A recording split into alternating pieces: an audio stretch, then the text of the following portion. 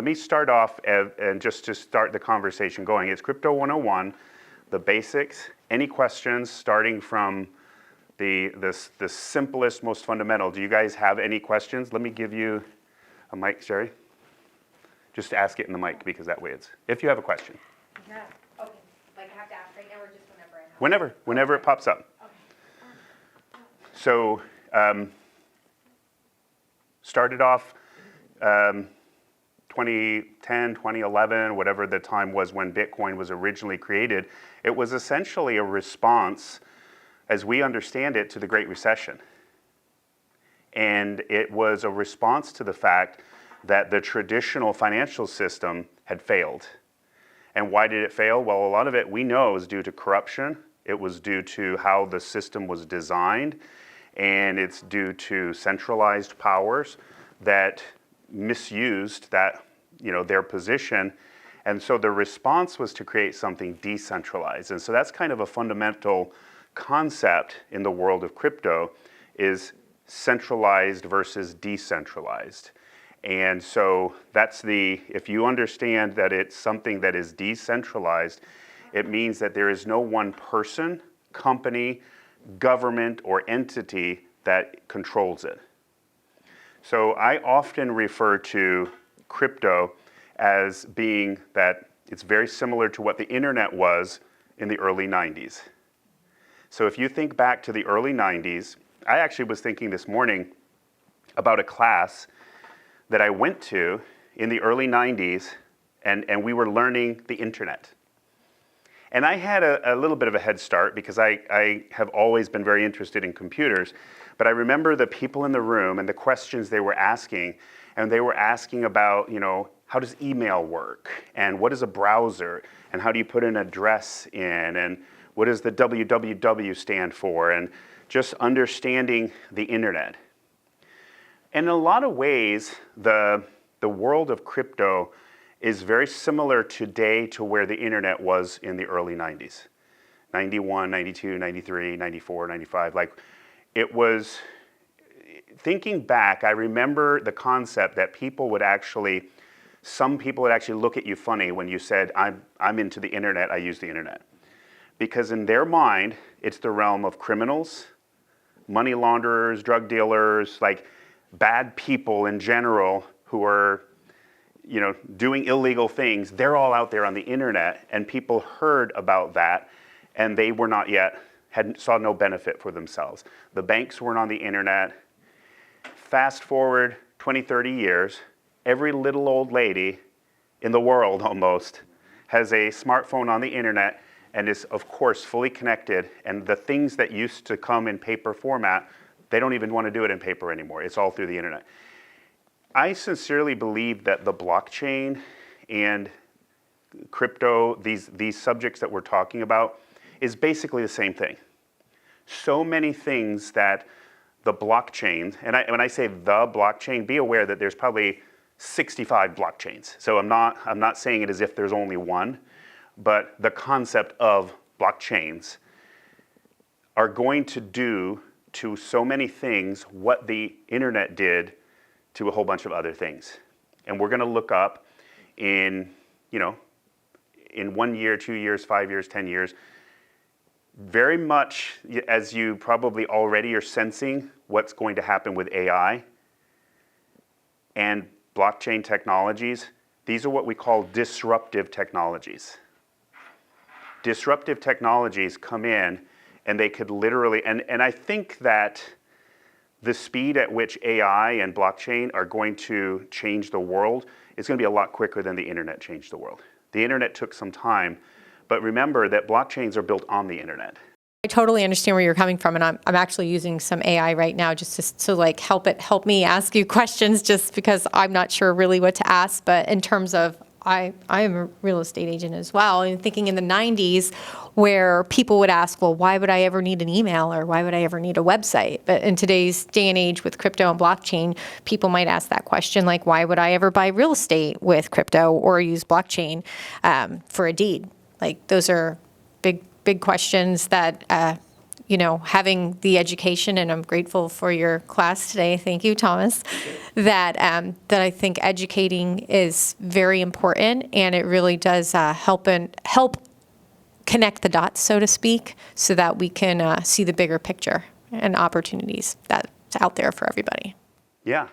And I think that there's such a lot to be said for, like you said, people ask, why do I need, I like paper, I'm going to send 100 letters versus 100 emails. And the challenge is, okay, well, I could actually click one button and send 100 emails. It's going to take you a lot more than that to actually type up, print, sign, stamp, post, and then it's got someone's physically, like, there's a huge difference with sending 100 letters and sending 100 emails. And the same thing applies to, crypto, for example, as a form of payment. I'll give you an example. In real estate, we have to use wires. They want wires for everything nowadays. You come up and it's a holiday. So Monday's a holiday. You're trying to get this out on Friday. You missed the wire cutoff to the Fed. That means payment won't show up until Tuesday. It's 2025. I mean, come on. I literally get upset. Like, the money's here. We're trying to pay so that these people can get their keys. They're ready. They've got a U-Haul with a dog, and they're trying to unload it. And we've decided to create a system so primitive that if I don't get that wire out to go to the Fed and back to the bank at the title company by 5 o'clock on Friday, these people can't get keys until Tuesday. It's like, is this 100 years ago? Why are we, and when I say this, like, why are we so primitive? I understand why, but at the same time, I also think what I've learned through the years is that as soon as people ever get a taste for speed, they never go back.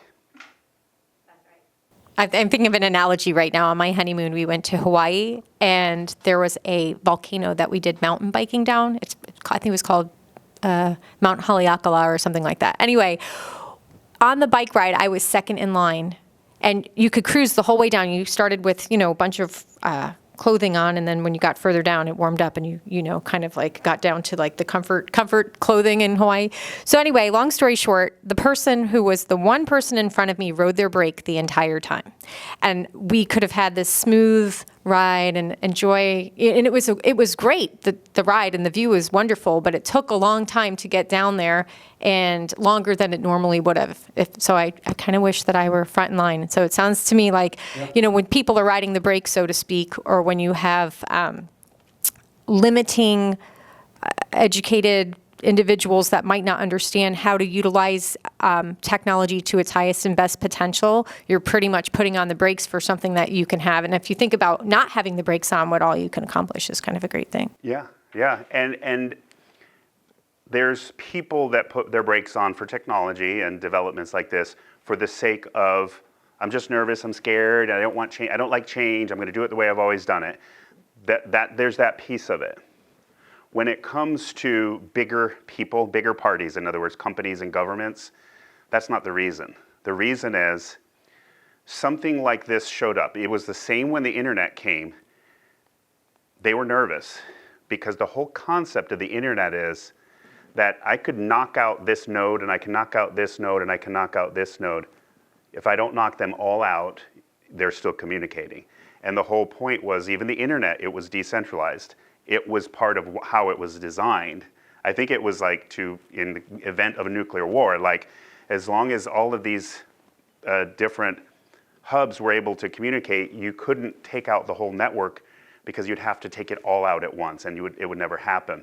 And so seeing something that as it's spreading and becoming public, it's scary to a government or company unless they have a strategy of how they're going to get the upper hand and benefit from it. I'll give you an example. So I have people that work for me in the Philippines, and I had this back in my real estate company, and I also have it with my crypto project.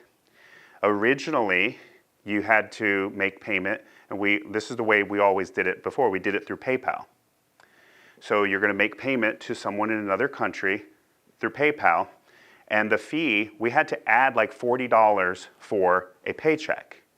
So a paycheck, just imagine a paycheck of $200, you have to add $40 just to process payment for an international payment. So in the context of understanding how things work and understanding the Solana blockchain and sending money through the Solana blockchain, which is the blockchain that I use a lot now, it's like, well, you can have something called USDT. It's basically a coin that's worth exactly $1. So I could send this money, and the fee is 1/10 of a penny. So it's not like we're talking about something that, hey, you know what, this is cool, this crypto's cool. Yeah, it's a 10% improvement over what we used to have. Like, this isn't a 10% improvement. This is exponential. And guess what? It takes 1 second to send the money, and it's in their wallet anywhere in the world, including the Philippines. It's not going through a bank. It's not going through PayPal. And it's not going through any centralized person or company. And so when you realize, why would I ever send money in any other way ever again? And the answer is, I won't if I don't have to, right? I'm not going to pay crazy fees. I'd rather pay 1/10 of a penny to send the money, And when you start to get a flavor for this, you realize that the days of the traditional financial system are numbered. And if nothing else, because of things like this. Now, I do know that the US government, other countries, they're working on something called CBDC, and central bank digital currency. And there's a lot of people for it and a lot of people against it. But the advantage of a CBDC is that the country, it takes away so much of the friction. So if I was talking to you, Jeff, about, heck, I want to buy your car. In that context, maybe the app actually, you give me the title and you get the money in one click because we made the deal. But even if I'm just going to send you the money, if there was a wallet that has the CBDC, in other words, it's not even crypto, it's actually the US dollar, it's just a digital format, it's not going through a bank. So again, if I was a bank right now, I would be nervous because there's a lot of things like you're seeing on the horizon with this subject. Even with just, if it's a central bank digital currency and the government maybe makes an app and this is how this is, what do I need a bank for? And the same concept of originally with crypto, it was stamped by a lot of officials in power as being speculative, gambling, dangerous. It's only criminals, it's scammers and criminals and money launderers, et cetera, et cetera. So the worst things you can say about something, that's what this is. And 10 years later, government officials in charge of finance are calling it a flight to quality. And they're specifically using the words, a flight to quality. Why? Because the US dollar is subject to inflation, which means that as much as it's nice, everyone knows the value of a dollar is continuing downward, and their best goal is to keep it under control. It's never going to stop. And they will keep printing in intervals. And that's part of the challenge. And that was part of the whole idea with Bitcoin is there's no government that can print it, and there's no government that can stop it.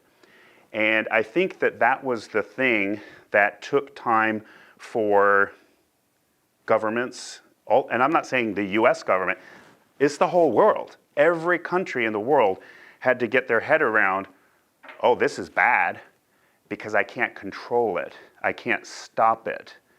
But it also tells you a little bit about the mindset of governments is that they want the ability to grab your money and take it from you, right? And it's the concept of crypto, let's just say Bitcoin, but the wallet concept could work with any token. It's very interesting. So the way that the typical blockchain crypto is stored in a wallet is stored based on a seed phrase. I don't know if you're familiar with, like, have you ever opened a wallet? Do you have a DeFi wallet at all with 12 words? Your husband has it and you don't? Okay, so I'm just going to take this as so you kind of get an idea, okay? So,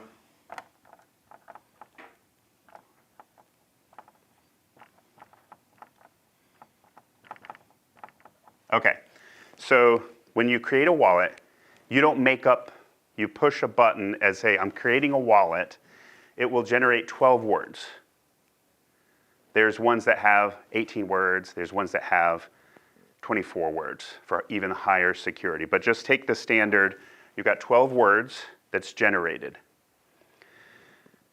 That 12 words unlocks your wallet on the crypto blockchain.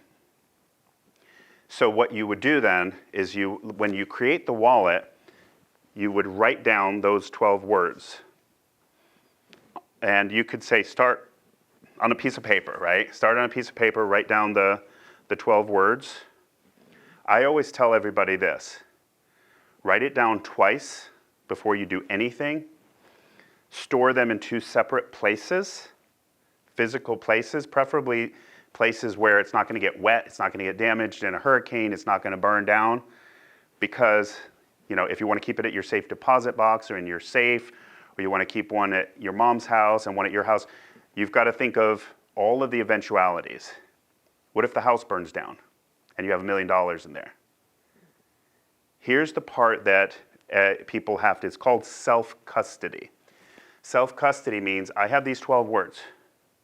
This is the keys to my wallet. No one else can ever, ever, ever see those words. If anyone has if you had them there and I saw them, you need to change wallets. You don't. Somebody produced. It's random. For you. Oh, okay. It's random by a wallet, okay? And the words, when those are put together, represents a chain of characters this long. That chain of characters is your password. There's another chain of characters that is your wallet address. So basically you have 2 things, password and a wallet address. But instead of you having to type 80 characters, it's easier for you to just remember 12 words. And that it turns into a long string. So yes, the wallet generates it, but it's just random. The chain of combinations for a wallet, as strange as it sounds, when you have those safely kept, there's more combinations than atoms in the universe. So when they say that it's not just unlikely that someone would crack your password, it's considered basically impossible. And it's the same level of security the same basic level of security that Elon Musk would use for his wallet as I would use for my wallet. It's not as, now there are a whole bunch of additional things that people do and companies do that add to security, but this is the basic, and there's certain things just to keep in mind. If you do, in fact, if we have time, we can create a wallet together, and what I would say is we'll just create it so you know how to do it, and then you could just do a new one at home, because something to keep in mind is let me just take an example. You would not be in a good position to create a wallet right now and write down your seed phrase. Why? There's a camera right there, there's a camera right there, and there's a guy standing behind you. Like, you don't want to do that. Something else you don't want to do that I think tons of people do, they do a screenshot. You do a screenshot, the picture gets stored to your photos. All I need now is to kind of get into your Gmail or your iCloud. Getting into iCloud is a heck of a lot easier than figuring out, more atoms in the universe, right? This is impossible. Cracking your iCloud may not be. Getting into your Google Photos may not be that hard. Never, ever, ever make it a photo. It's always on a piece of paper and then separated out. And I'll go through a little bit later some of the other safety methods that people use, but just keep that in mind. So now let's say that I memorize my 12 words. This is kind of an interesting concept. I have them memorized. And so I'm in country A, and I have millions of dollars of Bitcoin in my wallet. I'm in an airplane. I have nothing on me. Where's all of my value? Where's all of my assets? It's up here. I go into the other country. I'm here. Where is it now? It's with me, right? I have it up here. Any other form of value, including wiring money, sending money, you would probably be in violation of a lot of stuff if you tried to bring more than $10,000 into the United States, into another country. If you want to try to carry gold with you, try it. I guarantee you they'll probably take it from you. They will take it from you at the airport. So it's like you don't carry gold through an airport. You don't carry stacks of cash through an airport. You don't bring a bunch of diamonds and jewelry. You'll probably get pulled aside and questioned, and who knows if you'll see your stuff again. Why? Because countries are controlling the flow of value for their own reasons. But this is an asset that's yours, and guess where it's stored? It's in your head. And essentially, if you do it properly, nobody can take it from you. And that's something that's like very, very, very different. Because real estate, they can seize real estate, they can tax real estate, vehicles, I mean, almost anything, there's a lot of control for it or against it. Whereas the primitive version of crypto is something that people control. And that's one of the reasons that originally governments did not like it. Because they're like, well, if someone is bad, we can't seize the assets. You may be able to arrest the person, but you still don't control the asset. And so, fast forward, it's understandable that entities have tried to just get their head around it. But what I think has happened in recent years is that the government's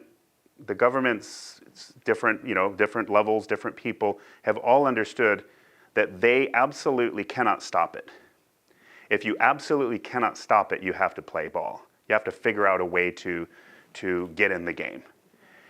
Now, one of the interesting things about blockchain and crypto, when it comes to the idea that, well, it's a bunch of criminals and they're all doing illegal things like under the radar, is like, well, that's kind of strange because it's a public ledger. Everything happening on the blockchain is public. It's literally like I sent you something. It's a public transaction that's recorded on an ever-growing public ledger. Does that sound like a great way to keep things secret? Like, I'm going to send you something. That's the exact opposite of being secretive. I just did a transaction that's 100% public. Now, what's the difference? People don't know who that wallet is. They just know that it's a string of characters. So until people have figured out, wait a minute, that wallet is Tom. Oh, now when I do stuff, somebody's like, that's Tom's wallet. Now they're basically able to say, now I know who's doing all of this stuff. So that brings up the concept of anonymity that has been a very, very big part of crypto ever since day one. And it's a big part even of Twitter, and if you go on to we call it crypto Twitter. Twitter is a place, now known as X, where there's just a lot of the people who talk about crypto. It's not as much on Facebook, and it's not as much on Instagram or TikTok. Twitter is kind of the place where everybody talks about Twitter. And then there's another platform, it's called Telegram. Telegram is where people get together with groups, and they can chat and discuss about cryptos. That's another, so between X and Telegram, that's where a lot of the conversations happen. So a lot of the people that are active in the crypto world, they're anonymous. And so that brings us to one of the words that I think is good for you to kind of get your head around. And this is something, doxed. So if somebody's doxed, it means I know who you are. In other words, let's say that you went out with your profile and they're talking about crypto and you had your real name instead of being Crypto Mikey, right? Let's say that was your name on X is Crypto Mikey and no photo of you. I don't know what country or what state you're in. Completely, you can be there and talking and stuff, but you're still anonymous. I don't know your home address. I don't know who you, so you're undoxed. Nobody knows who you are. The vast majority of people in the crypto world are undoxed. You don't know their real names. Now there's a good reason for it too, if you think about it. So originally, it was hard to even know whether or not, maybe being involved with Bitcoin was going to be considered completely illegal. So some of the people who maybe felt that from a technology perspective, from an ideological perspective, that this is something that they really believed in, it didn't mean that they maybe felt that they're not going to get arrested for being a part of it, right? So it made sense for them not to be like throwing out their name and everything. The other part of it is that some of the people in the crypto world are scammers. They are criminals. They are money launderers. They are terrorists. There are truly bad people out there, so of course they're not going to be saying their real names and telling who they are. They want their wallets to be very much anonymous. It's just a number. So you don't know who's behind it or why. You don't know anything behind it. The other idea is that if you were an early investor in Bitcoin, for example, what do you think you might be, where do you think you might be at in terms of your finances? I mean, some of them are multimillionaires or billionaires. They do not want people to know who they are. I mean, that's like they have literal, serious, legitimate concerns for their safety.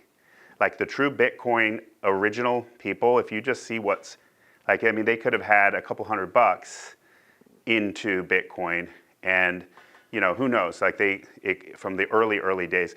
Have you guys heard the story of the guy who bought 2 pizzas with Bitcoin? There's kind of a celebration of it. It's kind of just a funny event. So there was a guy who, he wanted to document the first transaction or one of the earliest transactions of buying something with crypto.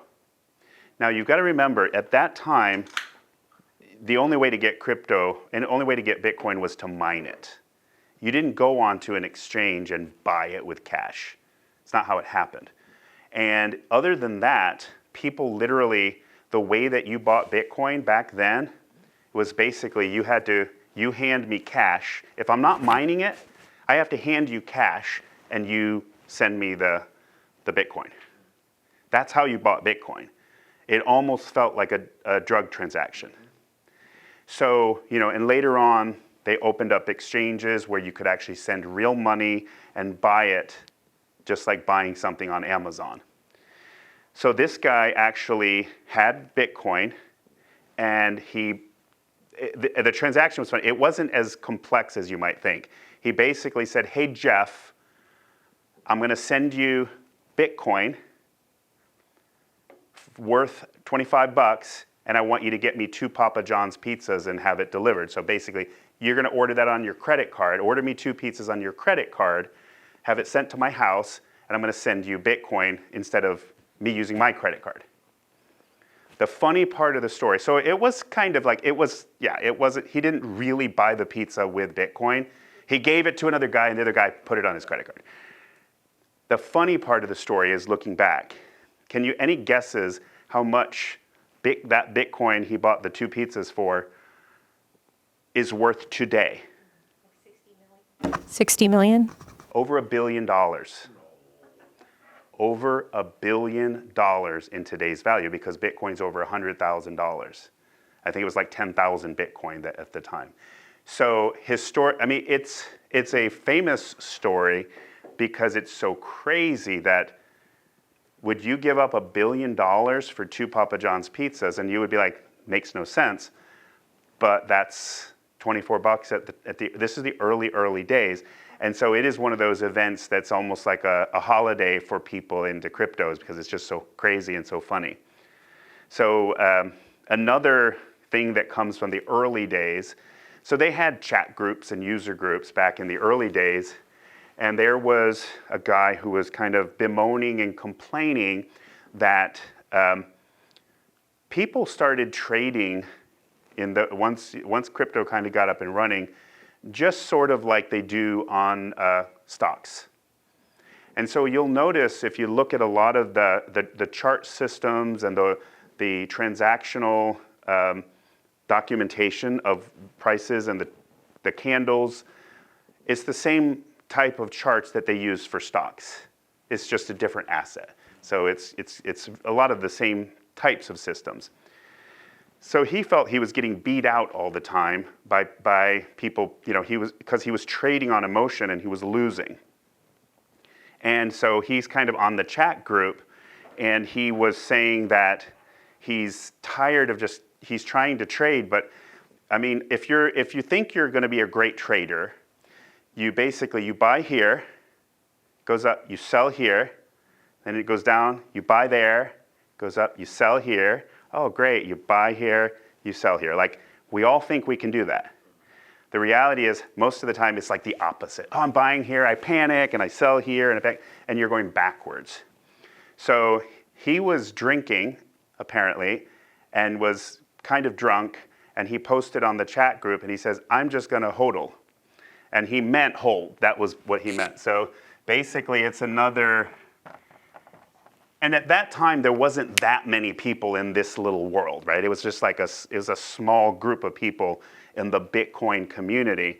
Everybody laughed at it because they kind of knew he was drunk, and they knew that was just a typo, and that he said, I need to just hold. But I think that the power of it was, they're laughing at the guy, but they're also saying he's right. Knowing what has happened, and I think the same, it honestly doesn't matter if you're talking about real estate, gold, stocks, or crypto, the right crypto. It's the same thing. Buy it and forget about it and come back years later and you'll probably be so happy you did. If you do anything other than that, you're probably messing up your investment. And I think study after study would support that. Like, don't mess with it and don't think you're going to be that guy doing that perfect trade, because very, very few people have that ability, right?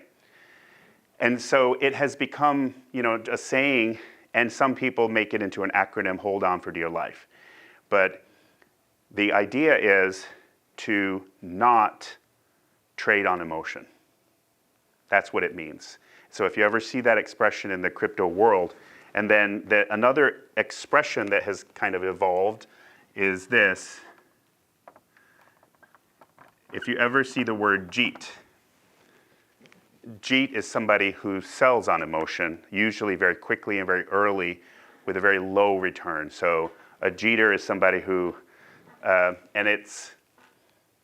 seen it as being an abbreviation for just exit early trader.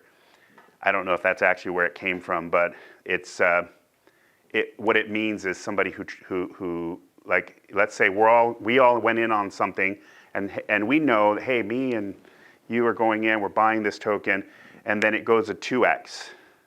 A 2x is a double, which is awesome. That's a good, but I'm counting on a 100x or a 50x or a 10x, and you go and sell. Like, you sell your entire bag. I would be upset. I would call you a jeet, because it's basically like, that was too quick. Like, we have a tiny little bit of profit, and you have to go and sell. And there's people that are like that, and that's their nickname. They call them a jeet. Okay, so the concept, right, is that it's an asset that it can't be controlled. The other thing is, for example, with Bitcoin, is that it is not inflationary. And if you look back in history, at the history of money, they had coins, gold coins, silver coins, stones, pearls, giant circular coins in some of the islands made of sandstone. And then, of course, copper and paper notes is the more recent, like these paper notes. But there's never been a country that hasn't continued to print money. It's never happened. Every country that's ever existed has been inflationary. Every currency has been inflationary. That's the concept of gold, was that at least it's limited. It's still limited, even though they can still mine for it, and they're still finding gold today, but it was still somewhat limited. The concept of Bitcoin is that it's going to have 21 million, and that's it. It will never be more. So people refer to it as digital gold. That's the idea, is that it's like gold in that the US dollar during COVID, they printed more money during COVID almost than they had ever printed before in history. Just during that one crisis, they just printed money, which is part of what we're dealing with today. And there's nothing to stop that from happening again and happening again. So, if you look back at the concept of, people will look back and say, oh, well, I bought my house in 1925, and I bought that house for $25,000, and it's worth $1 million.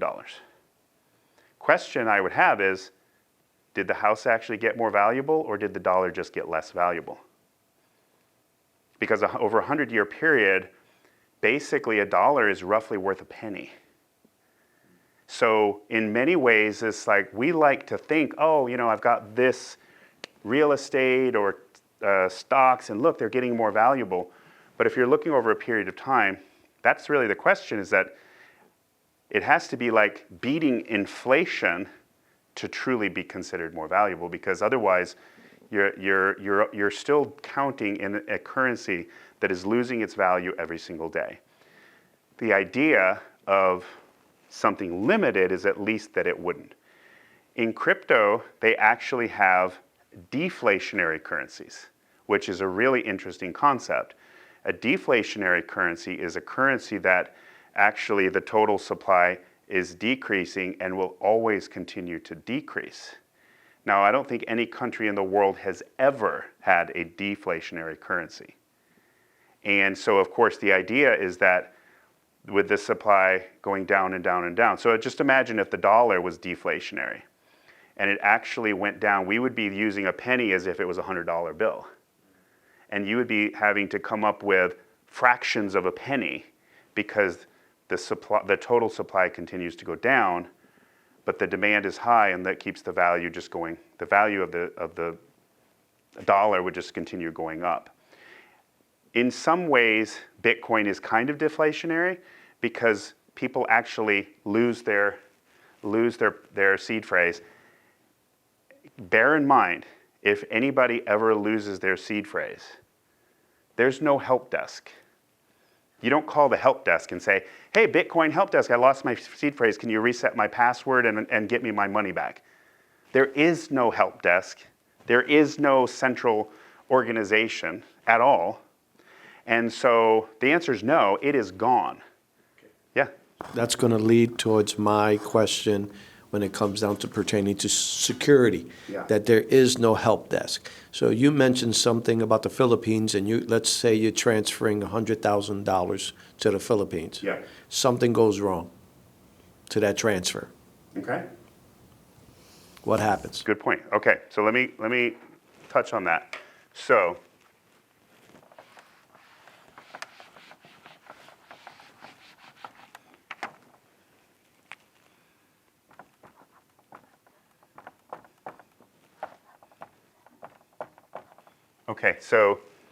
there's two worlds currently in the crypto world. There's decentralized exchanges and centralized exchanges. A decentralized exchange would be basically just purely on the blockchain, and then there's some tools that will do some swaps, so I can actually go and swap tokens, but it's just on the blockchain. It's just a piece of the blockchain. There is no help desk. I still would, if there's a failed transaction, there's literally no one to call. It's not like there's a company responsible, but they're not going to take your call. There is no one responsible. It's very much like this. So let's say that you have gold coins. You've got some choices, right? If you had your gold coins and you said, I'm going to have self-custody of my gold coins. I'm going to put them in a hiding place that I won't tell anybody about. And of course, you would never, ever tell anybody, no matter what. But let's say you had your hiding place and you knew where it was, and you are taking that full responsibility that you know where it is, nobody else is going to take it from you. And so that's self-custody. That's like you have your own wallet, and I'm going to send you that $100,000 on the blockchain. You're a big boy. You've got your wallet. I know it shows up. If I was to do that, maybe I would send you $10. Then I'll send you $100 and be like, okay, it's working. Yes, I'm comfortable. Then I'll send you the 99,000. Okay, and it shows up. It's in your wallet. It's all yours. A centralized exchange would be something like Coinbase, Binance. It could be like Crypto.com. And a little bit, like it's not quite the same, the function of something like a Robinhood, because Robinhood, you don't actually even have control over it's more like they have a note that they're going to buy it on your behalf and credit to you. When you sell it, they sell it on your behalf and credit to you. You don't actually have the keys to those tokens. But the other ones inside of, like, say, Coinbase or Crypto.com, it's a centralized exchange. They actually would have a help desk. So let's say I'm sending it to someone in the Philippines. So the challenge with that becoming real money we call fiat. To get that into fiat, which means it can go into your bank and you can actually spend something in whatever country we're talking about, it's hard you can't just easily go from a decentralized exchange and then just pop it up and it's in my Wells Fargo account. You need to go through something that cashes it and sends it to the bank. So centralized exchanges, they're big companies and they connect to banks. At least most of them do. And then they have different features. Also, they're also pretty highly regulated. A centralized exchange will definitely have something called a KYC. KYC stands for Know Your Customer. It means you have to identify yourself. You're showing a copy of your driver's license, you're putting in your social security number, you're identifying yourself. By the way, if you make money, so I buy all my tokens on a centralized exchange like Coinbase, and I make a whole bunch of money, and then I sell it and I send it back to my bank, they are sending a 1099 to you and the IRS. You don't have to ask them, and you can't ask them not to. They know who you are. It's just like we call this banking 2.0, because it's still kind of like a bank. So if I want the security, I could try to go through a centralized exchange. So the case that I'm describing to you of sending just a paycheck, I actually send it from my decentralized to her Philippines centralized exchange that it connects to her bank, because she can just convert that to money and she has money in her bank account. If it was just from my decentralized to her decentralized, she could never spend it in the bank, right? Because it's not money. So it has to get, and it's called off-ramping, on-ramping and off-ramping.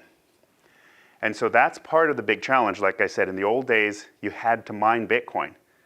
There was no trading. Now, you can get your fiat money into the blockchain, and you need to know how to get it off the blockchain. So on-ramping and off-ramping. This process is getting easier and easier and easier.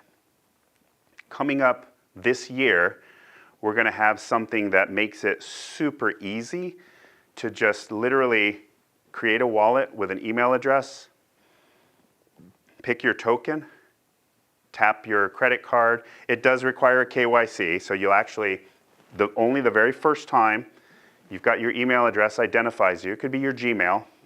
You're going to ask, you have to show your driver's license. You have to show your face, put in all your information. Again, the government's is completely compliant.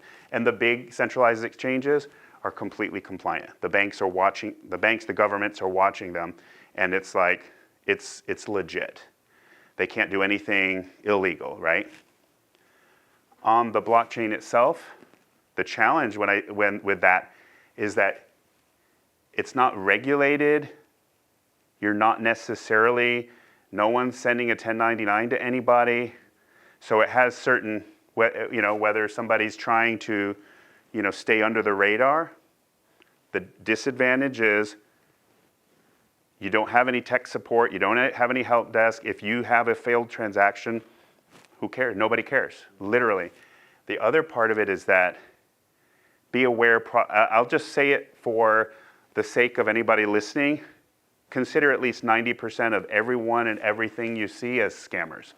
Consider 90% of them as scammers, and you'll probably be careful enough to don't trust anything or anyone. Why? Nobody knows who these people are.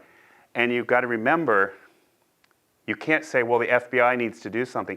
This is not only in the United States.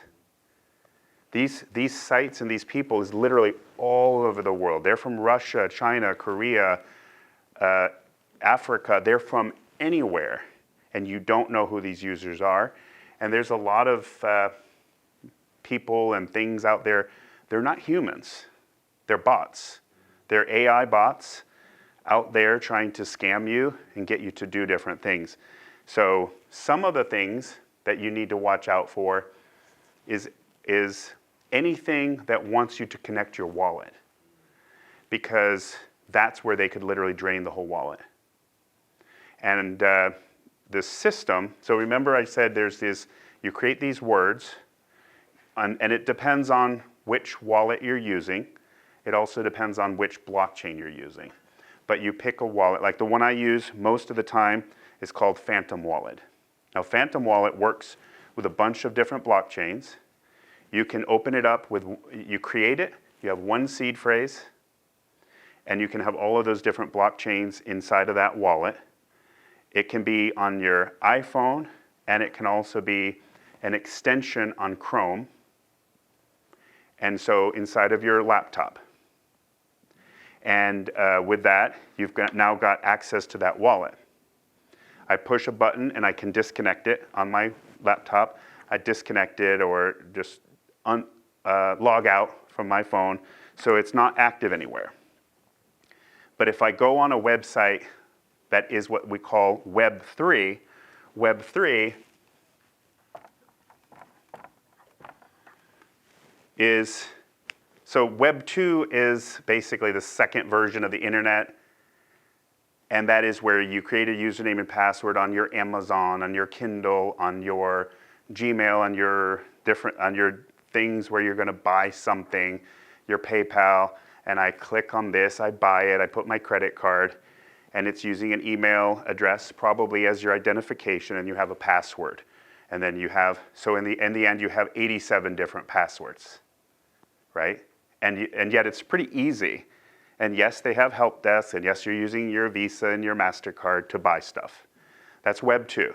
That's the second version of the internet. It's where you're buying, you're able to easily buy things like on Amazon. Web 3 is essentially the next generation of the internet, and it's basically a passwordless, we call it a passwordless world. So instead of having 87 usernames and passwords, your wallet becomes your identification. So you have your wallet, and you connect it only wherever you want it connected. You can activate it, and then if I see, hey, I want to do this, you just push Connect Wallet. So it's like a single login. Now it's connected, and you can actually do everything that you can do with that, whatever monies, whatever is in that wallet, into that control, you can do. So it's essentially a passwordless concept, and that's really the future of the internet. It's the future of all logins is going to be, we're not going to be having to save 87 passwords in the future. It's going to be basically one thing. In this case, a wallet that actually can control your money as well if you have access to it. So what the danger is, if you have a wallet connected and you get somebody on one of these things sending you and says, oh, just click on this is really cool, check this out, this is cool, or here's an invoice that you haven't paid, you're in big trouble, and you click on it, it could be connecting, saying, yes, you just connected your wallet, and you look up and your money is gone. And the idea is that it is, you just never, ever, ever want to connect to be on a device and clicking on random links, because of course, that's going to be the goal of the scammers, try to get you to click on something, and then they have access to that wallet, and if there's anything in there, they can empty it. Again, it's back to your level of safety. So I'll share with you the highest level of safety. Probably one of the highest is something called a ledger. I'll show you an example of a ledger. Let's pull it up.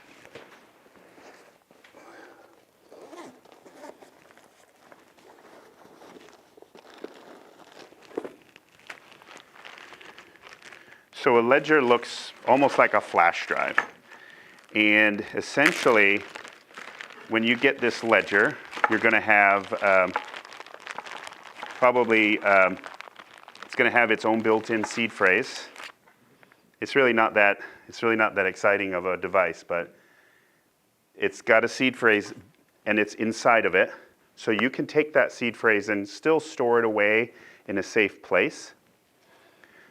But if you're using the ledger or anything like it, that's what they call a hardware wallet.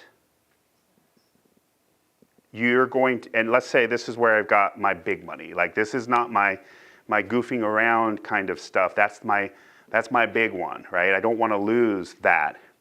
So basically what you would do is you've got your seed phrase in there. You could still store it outside in case the ledger ever got destroyed.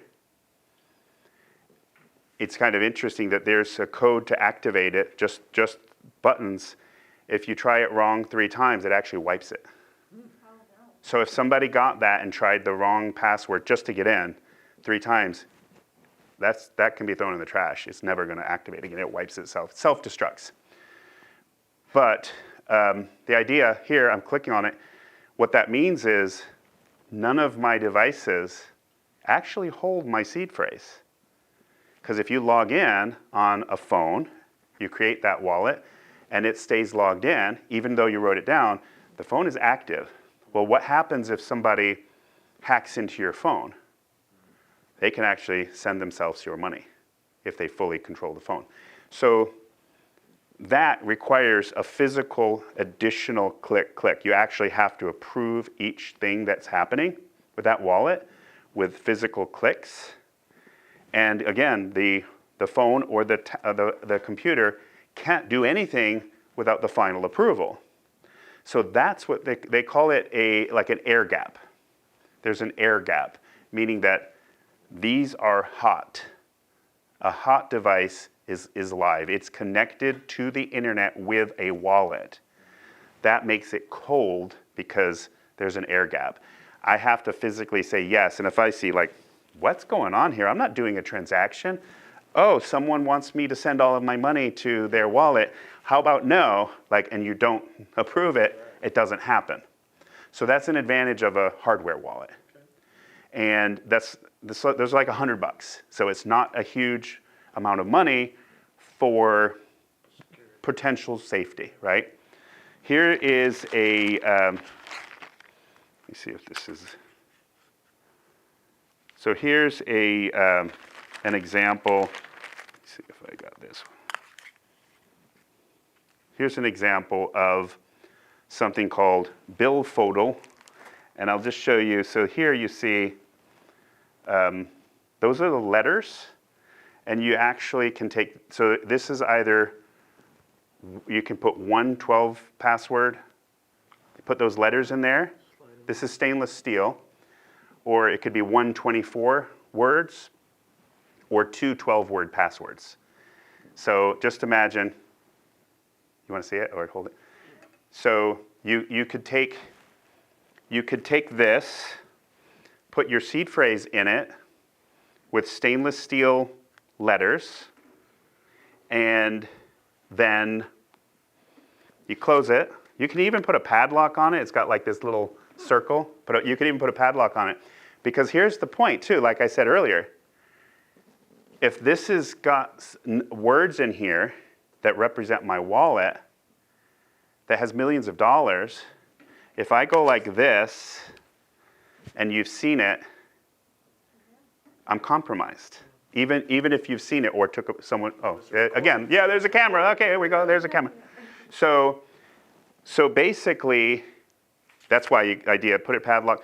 But I've seen pictures of these with, after a fire. And that's part of the idea, is that these things actually survive a fire. Like your house burns down. Now, a hurricane or whatever, like, yeah, flooding wouldn't touch it. It's stainless steel. A fire, it might survive depending on where it's at, you know what I mean? But that's the idea, is that, but remember, if you have your paper copies of your seed phrase, you better have them in two different places, because what's the likelihood that two completely separate, unrelated houses are both going to burn down at the same time? Now, there are people that they use encryption, they use just some random ideas. Some people take their seed phrase and split it up. Like here, I send 6 words to my sister, 6 words to my mom and dad, and I never keep all of them in one place at the same time. Like, okay, well, yeah, they can split it up and make it difficult for someone would actually have to piece it together. Other people will have, like, I put 11 words and I remember the last word. That's not a great idea, because somebody could then go through 500,000 words and probably actually figure it out then. But still, it's just people have their own ways of trying to keep their stuff safe. Probably safer. Way safer than the average Joe. If something happens to you Yeah. and you Well, pass away. that's a really important. So if someone died, and here's another example, I'll just show you this. This is a cylinder, stainless steel, and then every one of these has a letter on it. And the letters are, you pull them out and just put them in one by one, and you would have to take them out, basically kind of put them on the table, and you see all the letters of this is like a number of different wallets, because of it's a lot. But basically, waterproof, fireproof, earthquake proof. I mean, this would take a lot to, so yeah, if somebody's like, well, if you died and they found that, well, maybe they could access. This is actually something that next week I'm meeting with an estate attorney to specifically help 2 families with exactly that issue, that someone passed away and the family and the attorneys have no idea how to access whatever this person had. And they need a consultant to help them to access and try to off-ramp, because they don't want crypto. I don't even know if they maybe need, just for the sake of the legalities, to close out the estate. So they maybe need this to get this out of crypto, bring it to money, and we know, because maybe there's a will that this needs to be divided 4 ways among these kids. Well, how do they know if it's out there in some strange token in the blockchain? So this is a couple of different ways of trying to keep your stuff safe. One of the best ideas that I heard way back from someone was that it's still a little bit cumbersome. This is like long-term, like this is to take this and just lock it away instead of, thanks. So, but it's still cumbersome to even do this. And like if I'm out here today and I want to show you something, I want to send you something, and this is in my safe. I can't do anything. So it's still a little bit cumbersome. I've known people, they were traveling and they wanted to actually do something and they couldn't do it because their ledger was back home in the safe, and they're not going to call their neighbor and say, hey, go into my safe, I'll give you the code. Like it's just weird, right? But I have seen several examples where people would do, one young guy, he had, and I'm not picking on Android, even though I'm an Apple guy, right? But he had an Android. It was an older Android. He had his wallet on it. And somebody hacked into it, emptied it. He had $6,000 gone. Now, I cannot promise you that he wasn't on any inappropriate sites. Let me just say that. I don't know. I have no idea. I'm not accusing him of that. But you got a couple of things that don't go together very well. Let me just put it. You got an older phone, and you're using that phone to go on sites that that none of us should probably be on. A lot of that type of, any sites that are shady, very often they're giving some kind of stuff, and they're hackers. They're trying to hack, maybe not crypto, anything, whether they're stealing your identity, your wallet, your like whatever. Like, so a bad combination, a young guy, phone, crypto, and let's just, assume maybe he was on sites that he shouldn't have been on or whatever, clicked on links he shouldn't have. So the idea is that you do not want to do your crypto on a device where you do a lot of other stuff. Clicking on a lot of links, a lot of social media, a lot of whatever. So like I learned this a long time ago is that yes, I have a ledger, right? Yes, I'm careful, I understand. A lot of people also use a VPN. Do you guys know what a VPN is? Yeah, so a lot of people use a VPN, and that, again, someone can make it sound like you're trying to evade something, but it's also, if there's a hacker who's identified, I know where you live and I know your IP address, they can pound that to try to get in and access the computers on your network. But if you never actually, they can never actually figure out where you actually are or what your IP address is, because the VPN is masking and putting you in different places. It can actually help protect you from hackers. So that's not a bad idea. But the idea that I learned a long time ago was get a computer if you can afford it. I went and got a $900 MacBook. I don't know if that's like a lot or cheap, right? I mean, it's just like, it's probably a lot for a lot of people, and it's just an average MacBook for other people. Under $1,000. MacBook, never do anything on it. No email, no Facebook, no Twitter, no inappropriate websites, no nothing, like nothing, no links other than crypto. So the point being is that like what you might get in the scheme of installing stuff and doing all your stuff, you might get that software that's spying on you, and or actually can control your computer, and then it'll go in and it can go and empty your account. So it's just something to keep in mind is that if there's a fresh computer, it doesn't have to be a powerful computer, but maybe a fresh computer, maybe a computer that's like it's if you can afford it, brand new, like it's from the factory. It's over here and it's just for my crypto and that's all I do, and I don't do my email. I don't do surfing. I don't Google stuff. I don't install a bunch of new apps on it. It's just a Chrome browser and I do my crypto. I think that's a pretty wise, because honestly, anyone can do that. Well, you'd have to be able to afford a computer, but go ahead. You said in a Chrome browser, like don't browse on it though? Like Yes, that's what I mean. Don't use that like where you're going to be like clicking on a whole bunch of additional stuff. That's like go in, do your crypto transactions, close it down and put it away. And then do your normal computing, because basically if there's a computer, it doesn't have my wallet on it. So like if this computer, my wallet's not on there. So yes, I don't want a hacker to get access to my other stuff, but there's no crypto on there. It doesn't have any wallet on there. So there's no way for that to actually, and on that note, you don't like I said, a MacBook, you don't even use the same iCloud. Like there's no connection, because again, connect your iCloud, and then someone has access to the one, now they have access to the other. In some ways, like this is like a fresh, you want to keep it as separate as humanly possible, just for safety. So I think it's a good idea, but again, criminals are continuing every day to find new ways to rip people off, but they also go for the low-hanging fruit. It's the way it is. So the safer you can be, the more difficult it is. Hopefully people move on.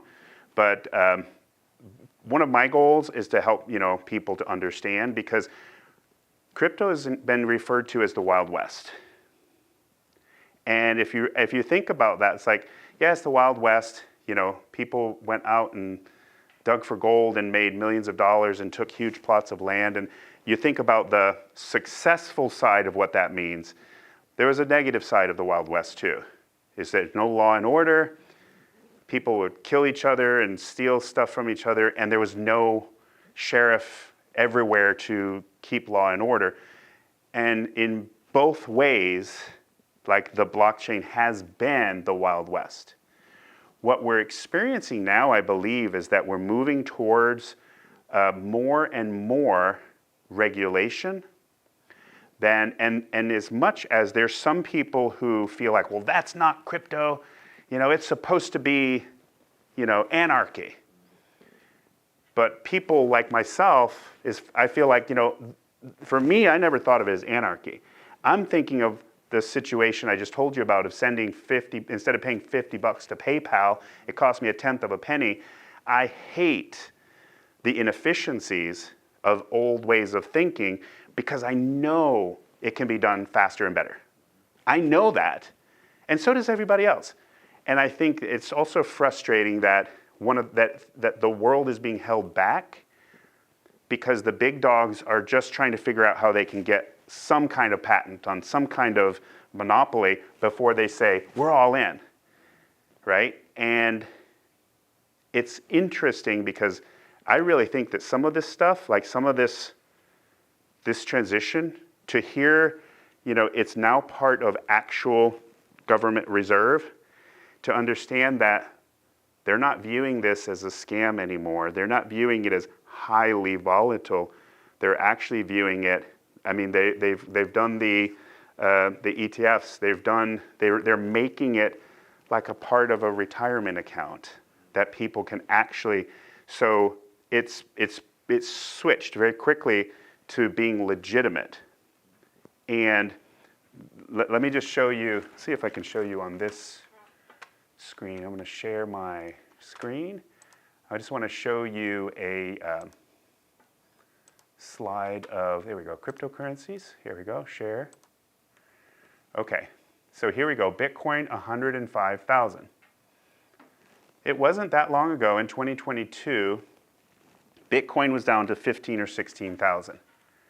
That was after the collapse of FTX, which was an exchange.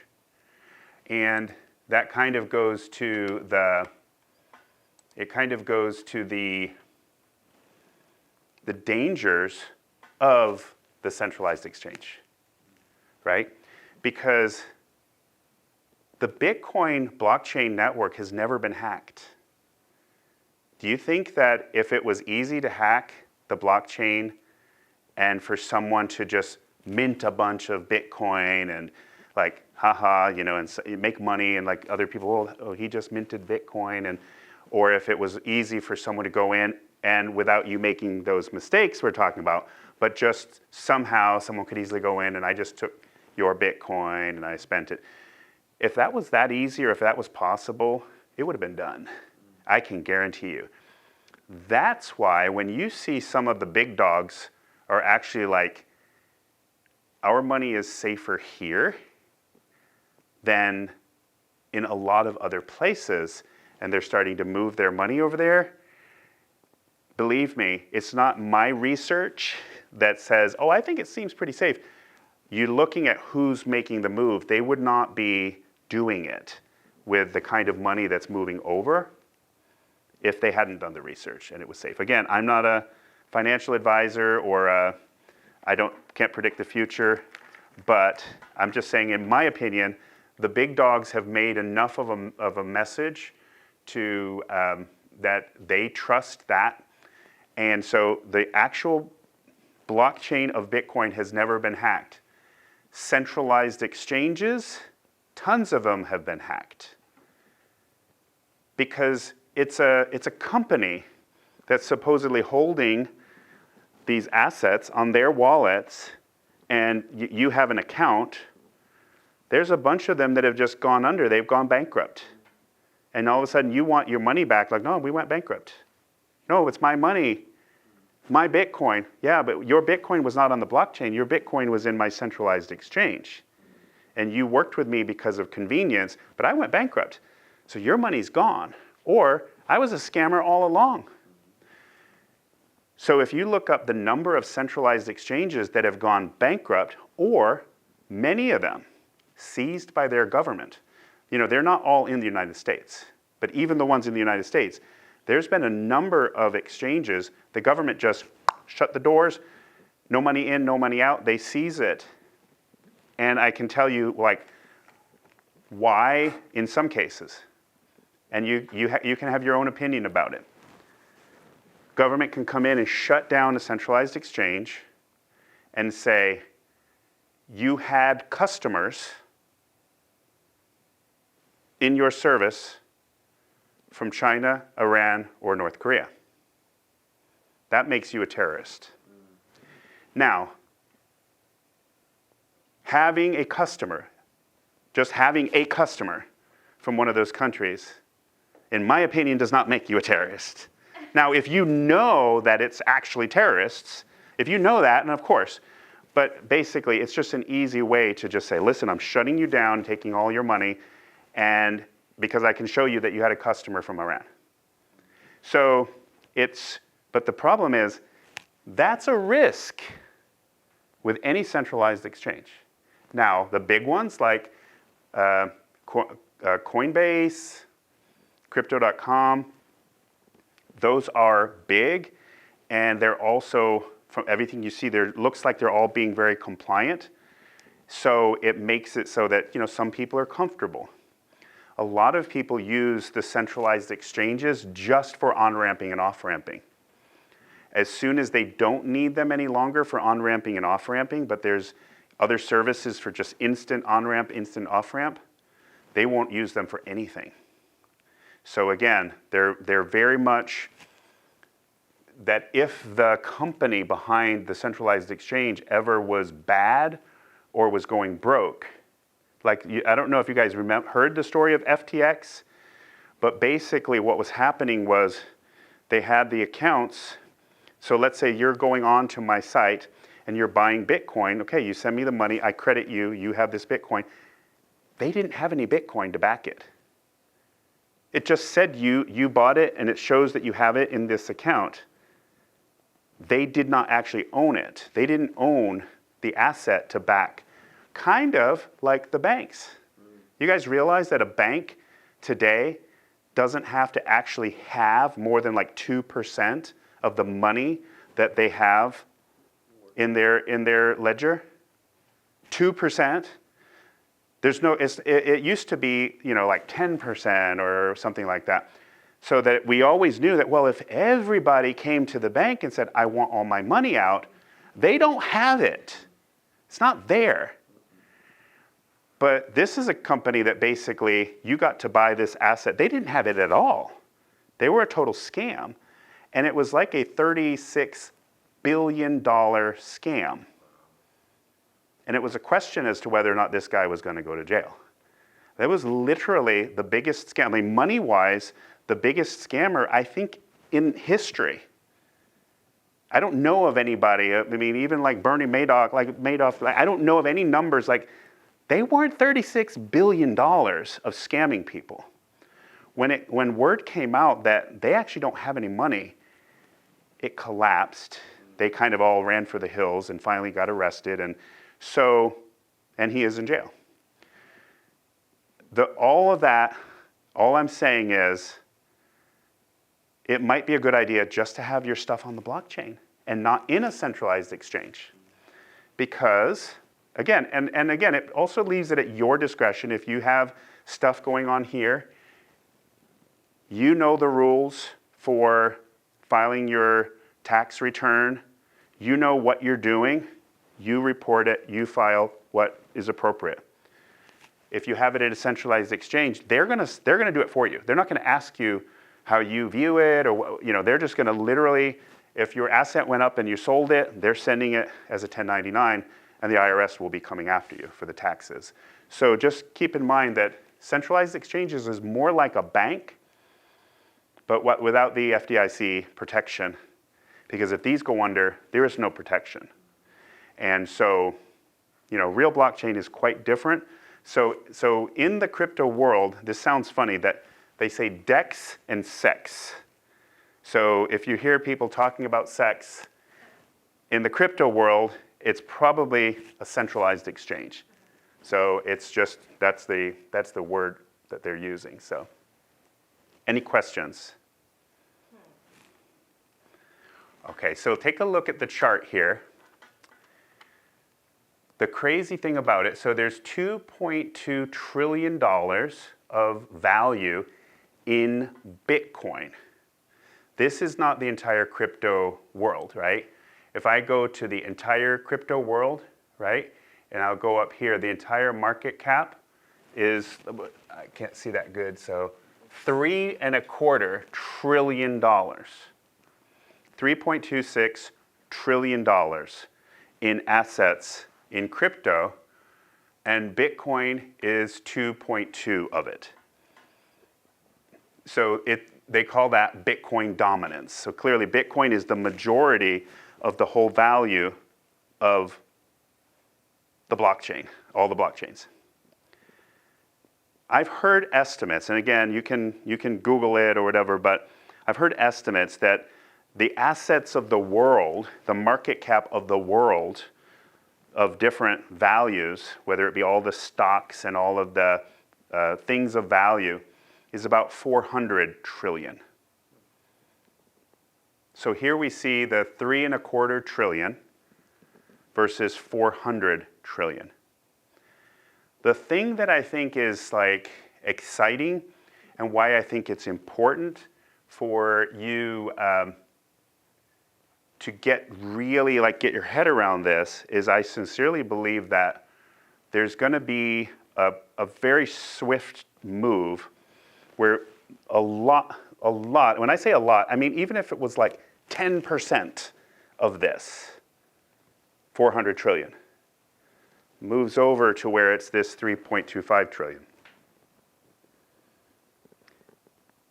It's still value, so it's not like wherever this value is stored today, it's not like they lost anything. But what it will do to the world of cryptos, the world of the stuff that you see here, it's going to be bananas. And I think that what happens, and I experienced it back in 2021, is when it starts to go bananas, it's self-advertising itself, and it just becomes like the lines become straight up, vertical. The lines are like this, and it's people just surge, and that's based on an emotion that I'm sure you've probably heard of. Have you heard of FOMO? People get FOMO, fear of missing out. People do not want to buy crypto when they hear about FTX collapsing. It's, oh no, I knew it was a scam. Oh man, look at all these people. Oh, it's going to go to zero. And everybody's bailing out. And in their mind, they're probably just taking it out and putting it in dollars on the sidelines. And even what's happening right now, there's conflicts going on, and the whole crypto market goes down. And what we experienced in the past, we've experienced that crypto actually kind of mirrors the general economy and the general stock market.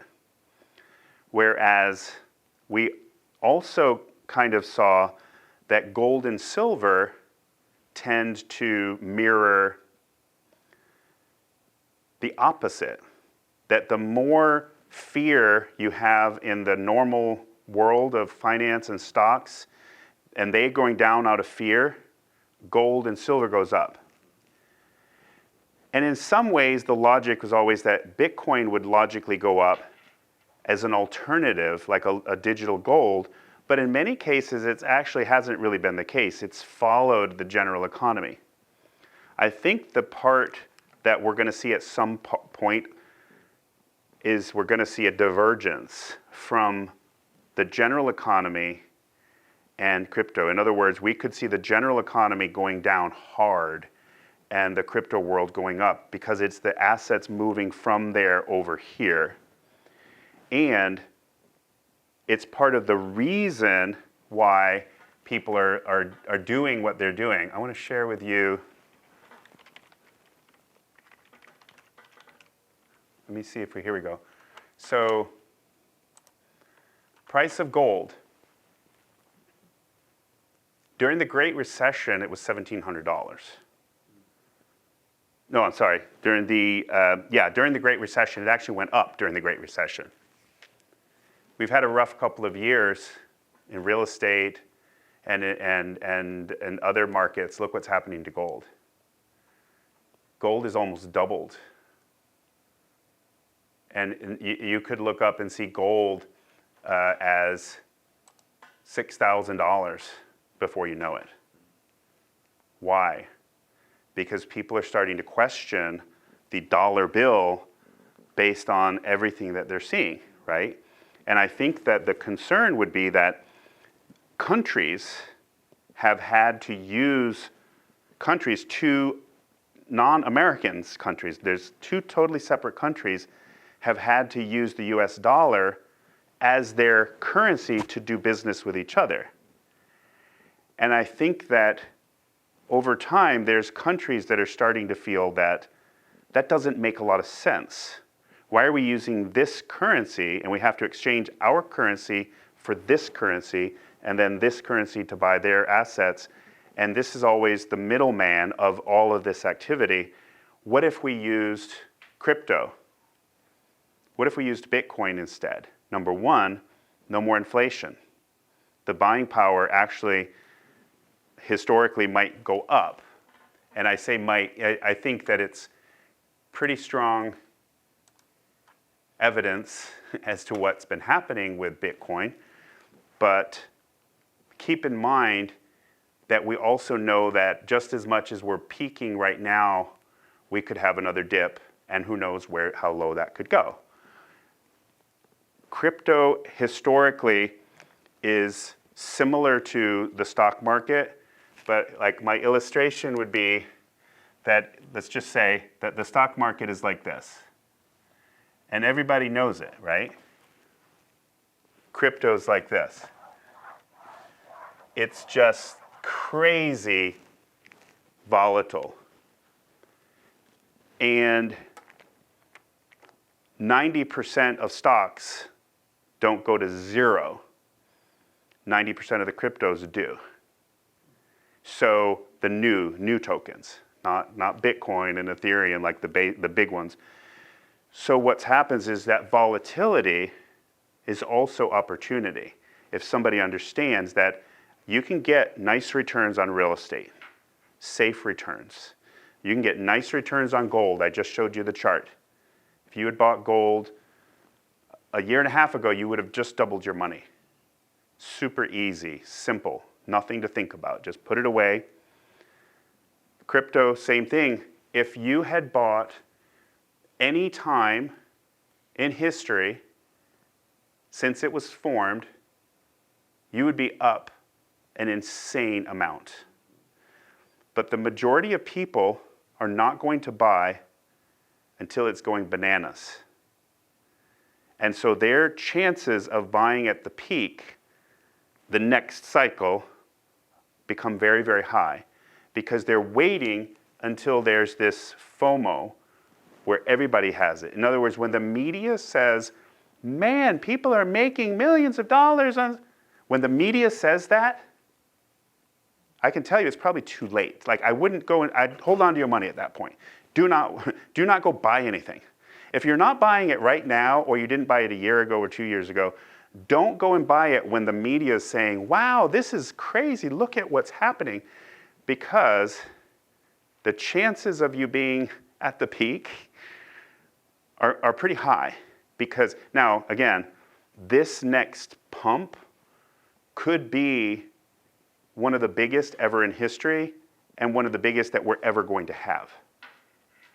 Because like even just that chart that you see right there, you actually see the cycles that have been since Bitcoin was started. It looks like it goes back to 2011. It looks very flat. But if you zoomed like really far into 2014, for example, zoomed in like way into 2014, and you see that little tiny bump, that felt big at the time. That felt like a huge pump and a huge crash at the time. And then you see the one in 2018, it peaked up and that felt massive. It was a giant pump.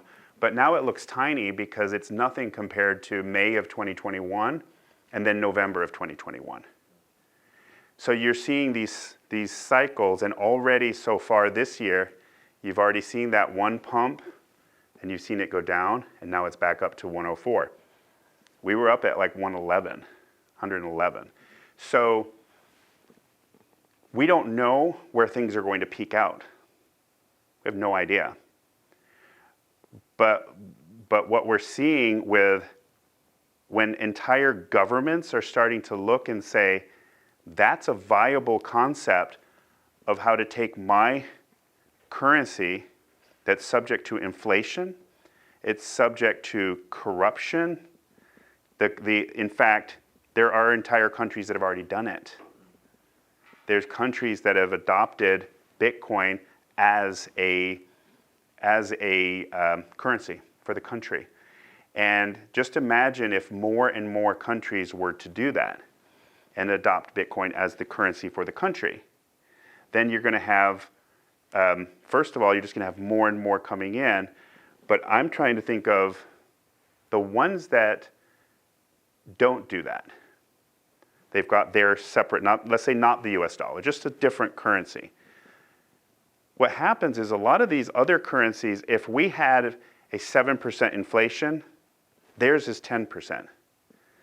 Theirs is 15%. So some of these countries, their inflation for their currency is more than ours. Then they have to take their devalued currency to buy devalued dollars to buy products. So they're getting a double brunt of inflation. And then there's an asset that they have access to because nobody can stop anybody from doing it. And they could get it, and it's no trading, and it's not inflationary, and all of a sudden it's just going up in value. The concept is like, wait a minute. That could be a really good idea for a person or a country. And I think that if that kicks in for countries, it's going to be a race. Because they're going to race to do it. And there's countries that could literally wipe out their national debt. If they get in early enough and it literally surges, they could literally sell as needed and be debt-free. So, I mean, there's some crazy possibilities. We just don't know which one will happen, like certainly happen. There's also speculation that, you've got Russia and China and the US are all looking, they're looking at each other. And the question is like, is any one of them going to go ape? They're going to go crazy and start buying to try to beat out the others. And yet they know that when they do, if they go really hard, the prices are going to go through the roof. So, it's still a game, of what might happen in terms of, those people, like what could happen.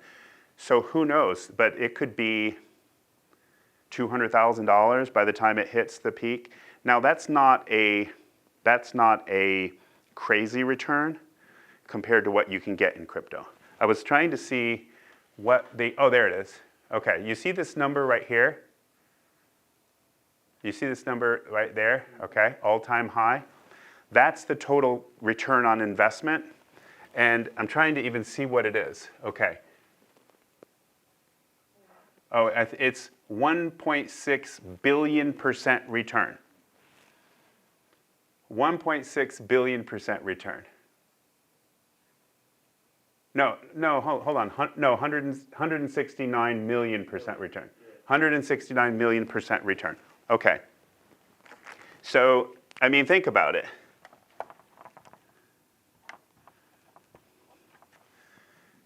Real estate will get you 10% return, or stocks will get you a good 10% return on your investment. That is a really, really good return. A 10% return on your investment. Every once in a while, you double your money. Every once in a while, you get a 100% return on your investment, right? That's when we refer to X's in crypto. So basically, a 1x means you got your money back.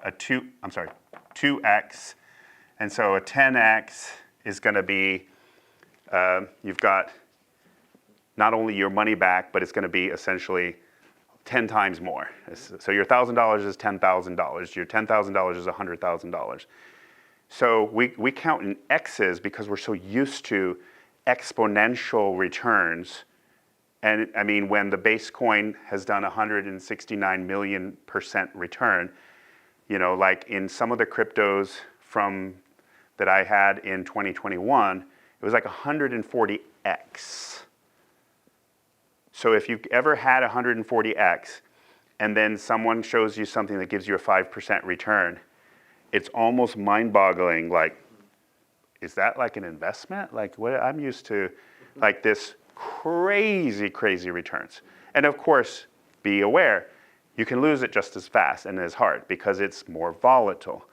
But in this case, that's the current based on the first number, right? Going all the way back on that chart, 169 million% return is insane. And yet, so let's take like the richest person that a lot of us know. I'll just pick somebody who has he has hundreds of millions of dollars. The crazy thing is that he could have bought Bitcoin even a year and a half ago and doubled his net worth. And he probably would barely have put a dent into he wouldn't have crashed the market even. I mean, even a big player is nothing compared to Bitcoin. So if you were with a smaller project, and you bought in and it went up and you sold it all, you literally would crash the project because it would create the valuation would drop so hard, and then everybody else panics when they see it's dropping. So a big player can't go in and exit, but a big player can go into Bitcoin and they could literally double, triple, whatever happens, and nobody would know the difference. And that's interesting that I don't know a lot of the big, very wealthy people that did that in the last few years, because most wealthy people are actually very conservative and they're not stupid and they don't gamble, right? But math says they could have done it. Like anybody you know, the richest person you know, could have gone in on that timeline and doubled or tripled or quadrupled their net worth. Or would not their net, that's if they put every penny they had. Right. Just whatever they put in. Whatever they chose to put in, it would have gone up. Now, again, have to say, knowing how crypto works, if they were on some other random token, it could have gone to zero. So you could lose literally. Or you still have to go back to saying, what if they got hacked? Right? If they owned real estate, there's probably some good legal protection. Like even if a scammer took your real estate, you probably could prove it and get it back in court. If it was in crypto, again, they could lose it. So there's always that word of warning. So, but yeah, it is I wanted to touch a little bit on market caps because I think that is if you ever did go and say you were going to get into something, there's tokens. Let me just pick a token, some of the biggest ones. Okay. Let's see if this is going to work. Okay, so have you guys heard of Dogecoin? Mm-hmm. Okay, so here's Doge. and it's 17 cents. And here you see the history of it. It went crazy back in 2021. This is back when Elon Musk was on television on Saturday Night Live. He was actually talking about it. Before that, I think there was a lot of hype about it. I think even before that. But it, all the way back from when it started, it's an old coin. It came from like 2013. It's had a few peaks here and there, and it had a long history of being worth like almost nothing, and now it's 17 cents. An interesting thing about it is that it still has such a large value. It's, what is that, $26 billion market cap, okay? So if I were to liken that, for me to get a 10x on that token, where would the market cap have to land?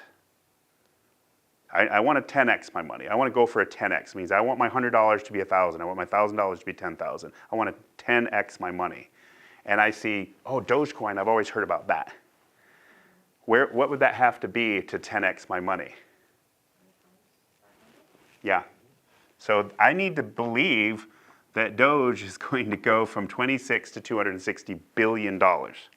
That's a lot of money. And I can tell you, that don't sound likely. That's way too much money. Because you got to envision this crazy amounts of money coming into this. It got where it's at, and I can't argue that somehow this thing went from, you realize that one was a joke. It was created as a joke, and it became a $26 billion token. So, and I don't know why Elon loves it so much, but he does. He thinks it's cool. But it's like, okay, but still, it's 17 cents, and I want my 10x. And I'm like, well, I don't have a lot of money. That's why I want a 10x. It's like if I had millions of dollars and I wanted to be safe, I could go with something and get a 2x and be like, this is awesome. I got a safe 2x. I would rather be a little more, high risk, high reward than if I have very little money, because I want to see that big boom, right? I want to see that return. So high market cap token, let's say that it went back up to 69 cents. I'm still only going to get, a 3.5x. So I'm still like, the likelihood I feel is slim, and then it still might be capped out. So I don't think I'm going to get my 10x, because I don't see $260 billion on that token. So that's my opinion. I'm just looking at it like, seems a little unlikely. And why? Because of the market cap. Let's see if I find, here, Shiba Inu. You guys hear that one? Shiba Inu, you see that big peak? I had a bunch of SHIB. It's currently at a $7 billion market cap. Okay? So it's smaller. Still the same thing a little bit, right? That if that's going to 10x, it would have to go from 7 to 70 billion. That's still a lot. And that's still like, okay, we're at 4 zeros and then a 1, 2. This had like trillions of tokens. That's why it's so cheap. So like for that to go to 70 billion. So these are examples of big market caps. Now, Bitcoin itself, of course, is very high market cap, but it's also almost like the one that institutions are probably not going to buy SHIB. Institutions are probably not going to buy Doge. Institutions will buy Bitcoin. So you understand that there's a difference in those, competing as well, and a little bit how they work. So I'll show you guys an example, and I'll show you that this is the token that I work with. It's SWP. Okay, so here's SWP. Let's do all time. Okay, that is all time. Okay, so SWP is at a $290,000 market cap. So $290,000. What would we have to do there to get a 10x?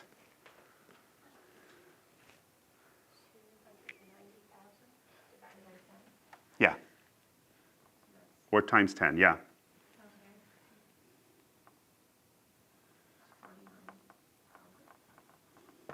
2.9 million. So a project to go to 2.9 million, you got to remember that the market cap, it doesn't mean that someone actually put in $2.9 million.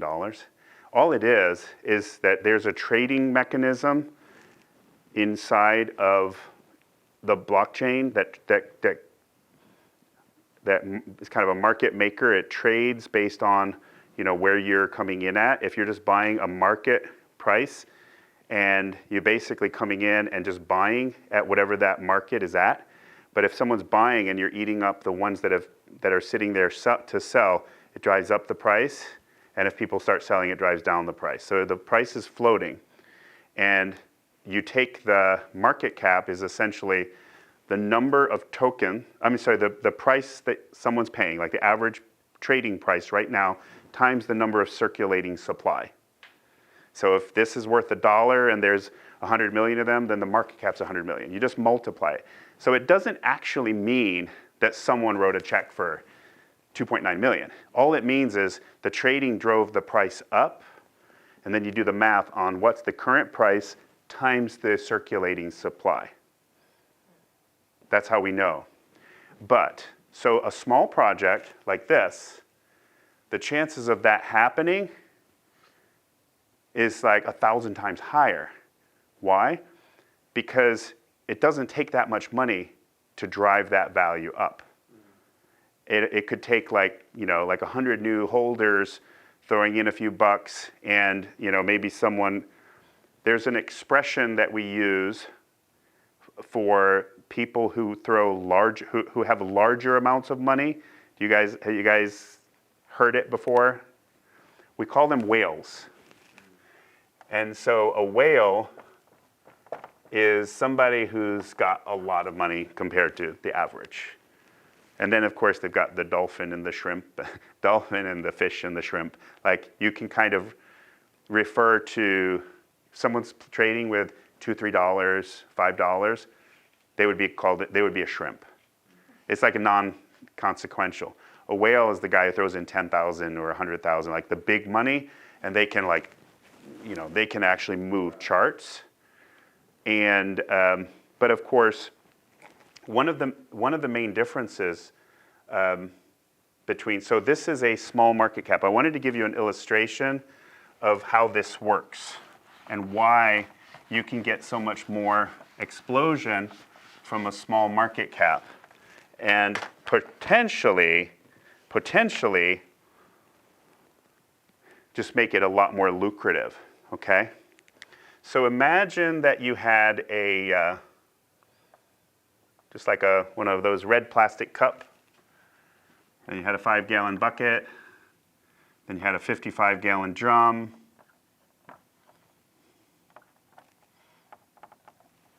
okay, and then you had a swimming pool, and then you had a retention pond, and then you had the ocean. Okay, and I have, a certain amount of water, right? And I just took this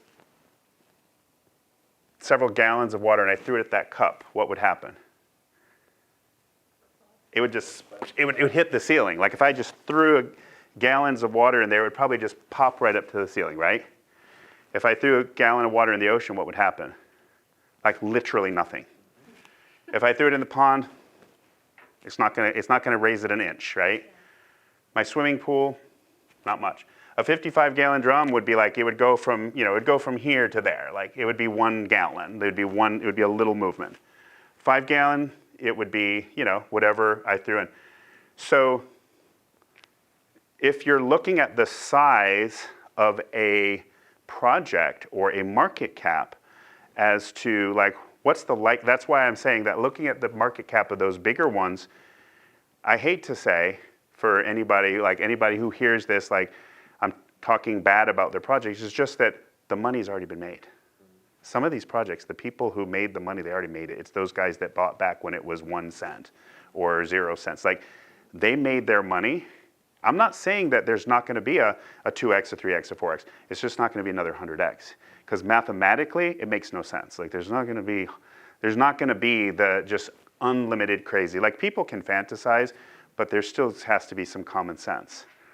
But people will go after the small market caps as long as they can be confident about what's going to happen, what's not going to happen.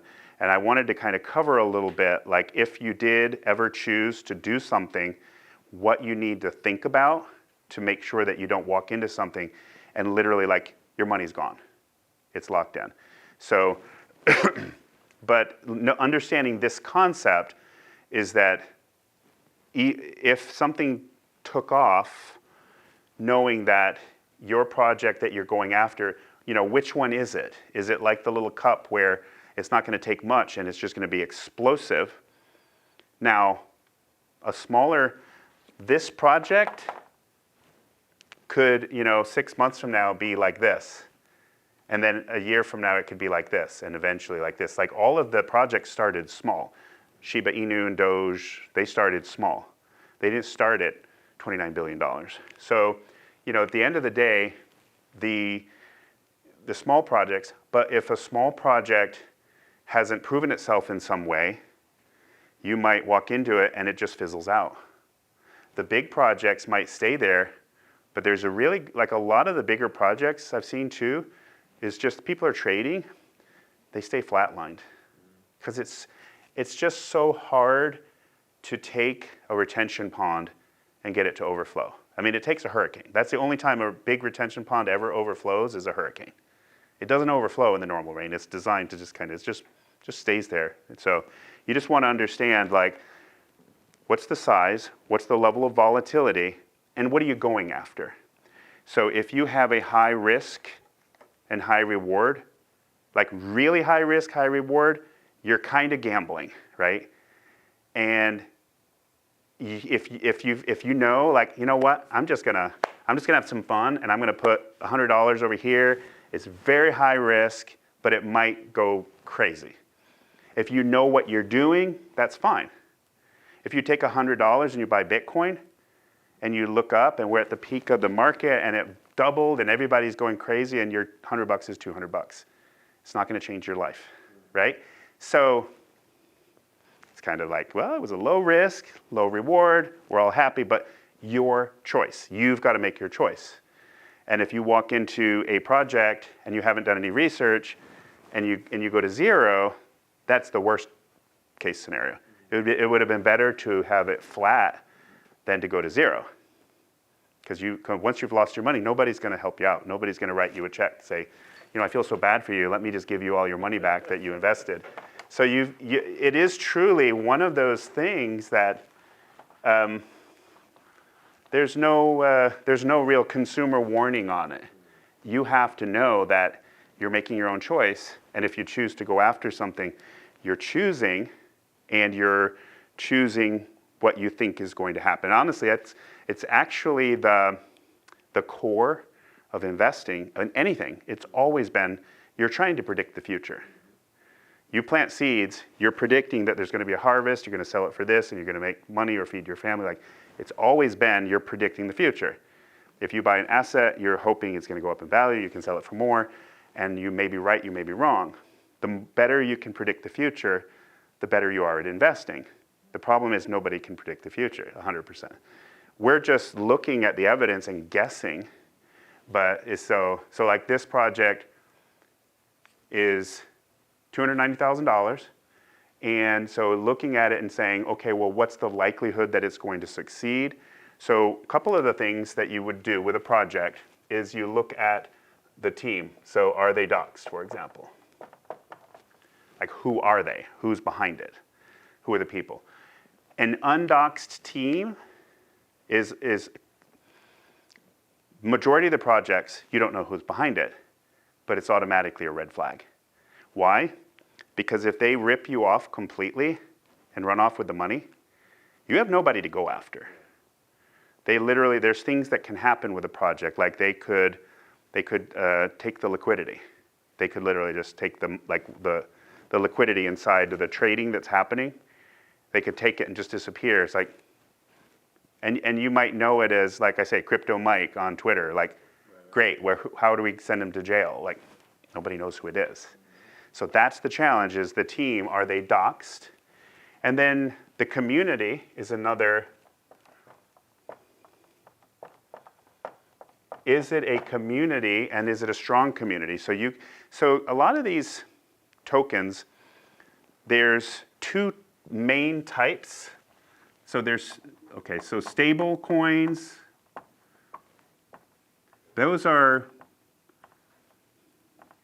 stable coins can be the ones that are always $1, or it can be the ones that are the most stable, like the biggest tokens. You have utility tokens, and a utility token is basically, those are ones that are, it's like a software company almost behind it. It's something that it has a function. And so if you believe like, oh, I'm going to buy the AI tokens because it actually has like a connection to an AI company, and this token is used for this AI development and processing, and I believe in AI, I buy this token because I believe in the utility. There's a use case. A lot of the ones connected to a new blockchain. Since the original, there's now at least 60, 70 blockchains. And so they develop new blockchains all the time. There's usually a token that kind of running it, that's part of how it runs. And so the token would be connected to it. Then there's something called meme coins. A meme is almost like a social club. I liken it to a sports, like if you like, what's your favorite football team? Steelers. Okay. You connect with other people who like the Steelers, right? And you have a logo, and you have a ritual, and you have something that you do. You watch the game, and there is some money involved, right? I mean, those players are getting paid, and there's advertising, there's a whole community. So the fanship of the Steelers fans can be similar to, hey, you just got into this meme community. You buy some of it. You come and you show up, and you hang out with the people. You have certain, we call them catalysts. Catalyst is when there's some news, there's something exciting. A lot of times the price goes up and everybody's excited. So that's sort of like your big game. You're excited about and the people are together under this brand. That's like a meme community. Are So they doxed in those communities? some are and some aren't. Okay. And you could choose to be, or you could choose not to be. It's completely anonymous. And I can tell you why. I'll give you an example. So let's say that you're very outspoken, and people figure out that you're super excited and you're coming in, and every time you're showing up and you're really excited, there's some big buys. And then people realize that every time you show up and you're excited, there's big buys. So guess what? I'm figuring out that must be your wallet. So I'm doxing your wallet. At least I know that that's probably her. And then one day you dump all of your tokens, and I'm really upset. Now, I would hope that you wouldn't do that if that was my community, right? But that's the thing, is that if people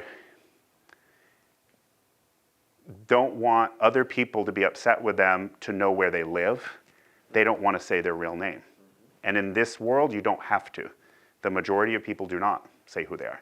But it is a little bit like, I don't know what that means. Like, is someone going to come over and like do something to you because you dumped all the tokens in a meme token? Like, I don't know if that's would ever happen, but I know that people like to be able to come and go. They can come and people know I'm, Susie Q Crypto. Like, that's not your real name, and if you ever disappear, I might be upset with you, but I don't even know who you are. So that's part of the, what some people do. They just don't say their real name. They buy and sell. Again, and also you don't ever typically share your wallet publicly. So people wouldn't automatically know what's your wallet. Are you the one selling, or did you just sell a whole bunch and destroy the market cap? Because small market caps are very volatile. If you sell and you're in $10,000 and you say, I'm going to take it all out at once, the market cap just plummets and everybody's upset because they feel like it's the end of the world. It's very emotional, the roller coaster of trading. So on that note of trading, I'll get back to meme coins. The most successful investors, and specifically because of 169 million% return, I could probably say that Bitcoin has probably been the best investment ever in history. I don't know of anything else that had more than 169 million% return that's documented. I don't know of it. It may be something. But let's just refer to it as one of the best investments in history if you bought early. The most successful human beings that have ever invested, and in this case it was in crypto, how did they do it? Like, what's their secret? They're either dead, in jail, or they lost their passwords. What does that tell you about human nature? They're dead? I have to be dead to be a good investor because I can't keep my hands off my money and I'm spending it on stupid stuff, and then I look up and it's gone. Or I panicked because there was a big dip. I need to panic. Like, zoom out. There's a saying, when in doubt, zoom out. And I think that's a very, very apropos when you look at the Bitcoin chart or the crypto. Like, when in doubt, zoom out. Zoom out says, stop doing stupid stuff and don't panic. The best investors are either dead, they are in jail, which means they would have sold probably. Now, I'm hoping they're not in jail because of something to do with their Bitcoin. Like they could be, like they're criminals in some way, but they couldn't access their wallet. So guess what? The wallet's sitting there, and they may realize, good thing I didn't have access to that because it's like hundreds of times worth more when they get out, if they ever get out. Or they lost their password, they're still alive. There are people that have billions of dollars, they know it, they lost their password. There was one guy in England, he was trying to get permission to go digging in the city dump. So imagine if I'm trying to get them to allow me to go digging in the dump at Sarno Road and start looking for my trash to see the thing I threw away years ago. How many years ago? Looking through trash to see if I can find my password. It would be easier if it was this thing, maybe. At least I could be looking for like something a little, would still be there. But anyway, like, why? Because he knew it was worth billions of dollars and he lost his password. So again, don't be that guy. Be careful. If you ever make a wallet, be careful. Figure out what you're going to do. There's two sides of it. You never ever want to lose it from yourself. That would be kind of bad, right? But you don't want to ever let someone else find it either, because that's also just as bad. So if I lock myself out and like, oh no, now I have millions of dollars and I lost my password, you're not going to feel cool. Or you look up and say, oh, I kind of had it unsecured. I knew a guy, he had it in the back seat of his truck on a piece of paper, and it was flying around, like the windows are down. In the back seat of his truck, he had his seed phrase. He had a seed phrase with like $200,000 on it, and it was flying around in the back of his truck. I was like, where's your stuff? Like, do you have it safe? I'm asking him, and he's telling me about it. People are like that. I knew many people that have lost it, and I pushed really hard. Like, you did a screenshot, didn't you? You did a screenshot when you created the wallet, because that's what we do nowadays. He's like, yeah, was that not? I said, that's the answer. Someone got access to your photos. So don't do that. So this is a choice. I would say there are some people, they're all about the stable coins or utility tokens, something that has a use case or whatever. And then there's some people that want to go with the memes. It's a little bit more like buying conservative stocks. And meme coins can be a lot more like Las Vegas. And a lot of people, they know it. It's more of a game. They literally are just throwing They're throwing money at tokens, not a lot necessarily, and then they pop up and they get some really good returns and they pull out. But here's the type of things that happen. We're saying you want to try to figure out like what kind of people you're dealing with. A lot of times you've got to check the contract because, like I said, in the DeFi world, you actually you can anonymously create a scam contract, and it's out there. So there's contracts that get launched that are what we call a honeypot. And a honeypot means you can buy it, but you can't sell it. And it's completely possible to make it. Now, I would say in any country, you got to remember, this is international. So this isn't like, oh, in the US, or like, we don't know where this person was who made it. We have no idea. They could be in any country in the world, but I guarantee it's not legal in any country of the world to do this. It's called stealing. They put it out there, and what people realize is that you can buy it, but you can't sell it. The thing is that if they make the contract in that way, the chart goes like this. Because it just looks like, wow, this is great. Look at that, this is crazy. It's just going up and up and up. It's just crazy. Wow, look at this is such a great trajectory. Everybody's buying this, and the market cap just goes up and up and up and up. And then people start realizing, like, in a normal organic chart, you actually see sells. There's buys and sells, buys and sells. So if you don't see any, it's like something's wrong. Nowadays, there's ways to check. You can push a button. There's sites you can check and see, is this a honeypot? And it'll say yes or no. But what'll happen is if you buy it, the way that it's written is the contract actually whitelists the owner of the project, and he basically can actually go in and sell all his tokens, but you can't. So once it gets to a certain market cap, he's basically whitelisted and everyone else is blacklisted. So he can just go in and sell all his and empty all of the liquidity, and you're stuck because your tokens are worth nothing. So it's a total scam. Yeah.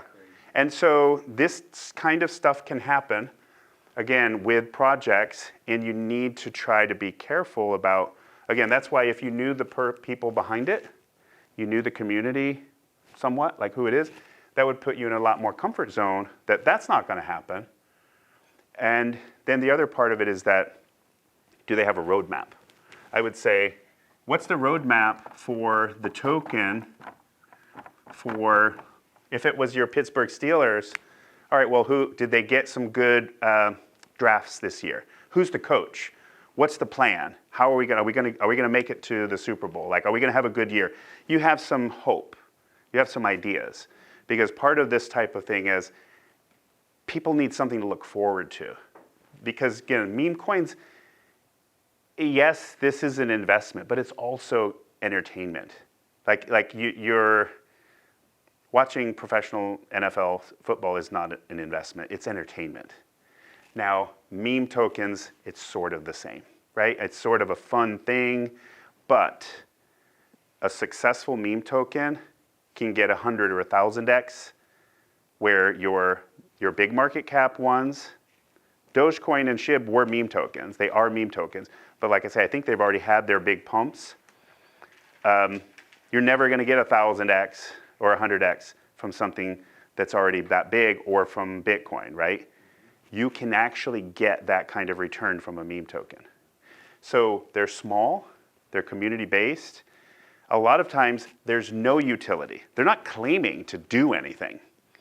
It's just like, just imagine that being a Pittsburgh Steelers fan, you buy some tokens to symbolize your fanship. This is how much of a fan I am.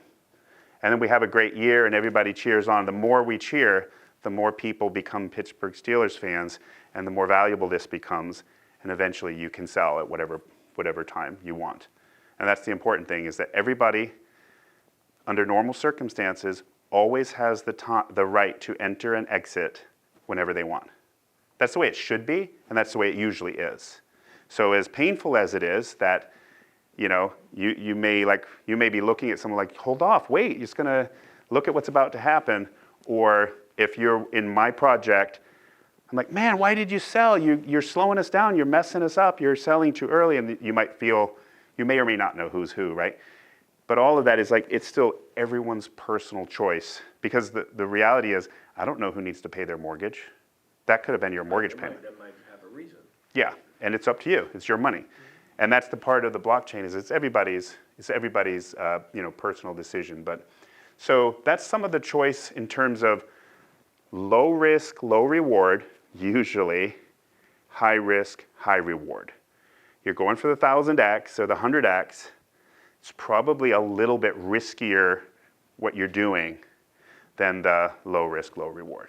So again, it's not real. It is investing. I hate to call it gambling if it's like gambling's wrong. It's still investing because it's like buying anything else, hoping it goes up. But when you talk about the very high risk, very high reward, that's why I'm saying it's more like gambling. Have you guys heard of NFTs?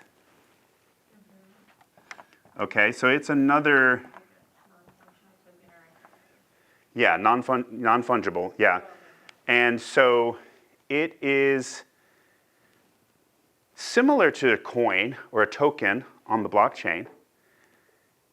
The difference is that it can actually be more than just like, a coin is just going to show up as a number. Like you have one of these tokens. You have one Bitcoin or one SWP or one SHIB. Like you see how many you have.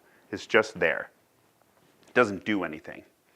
An NFT can be more like you can actually now buy a comic book or a song or a video or a little image, a little spinning image, like high resolution artwork as an NFT.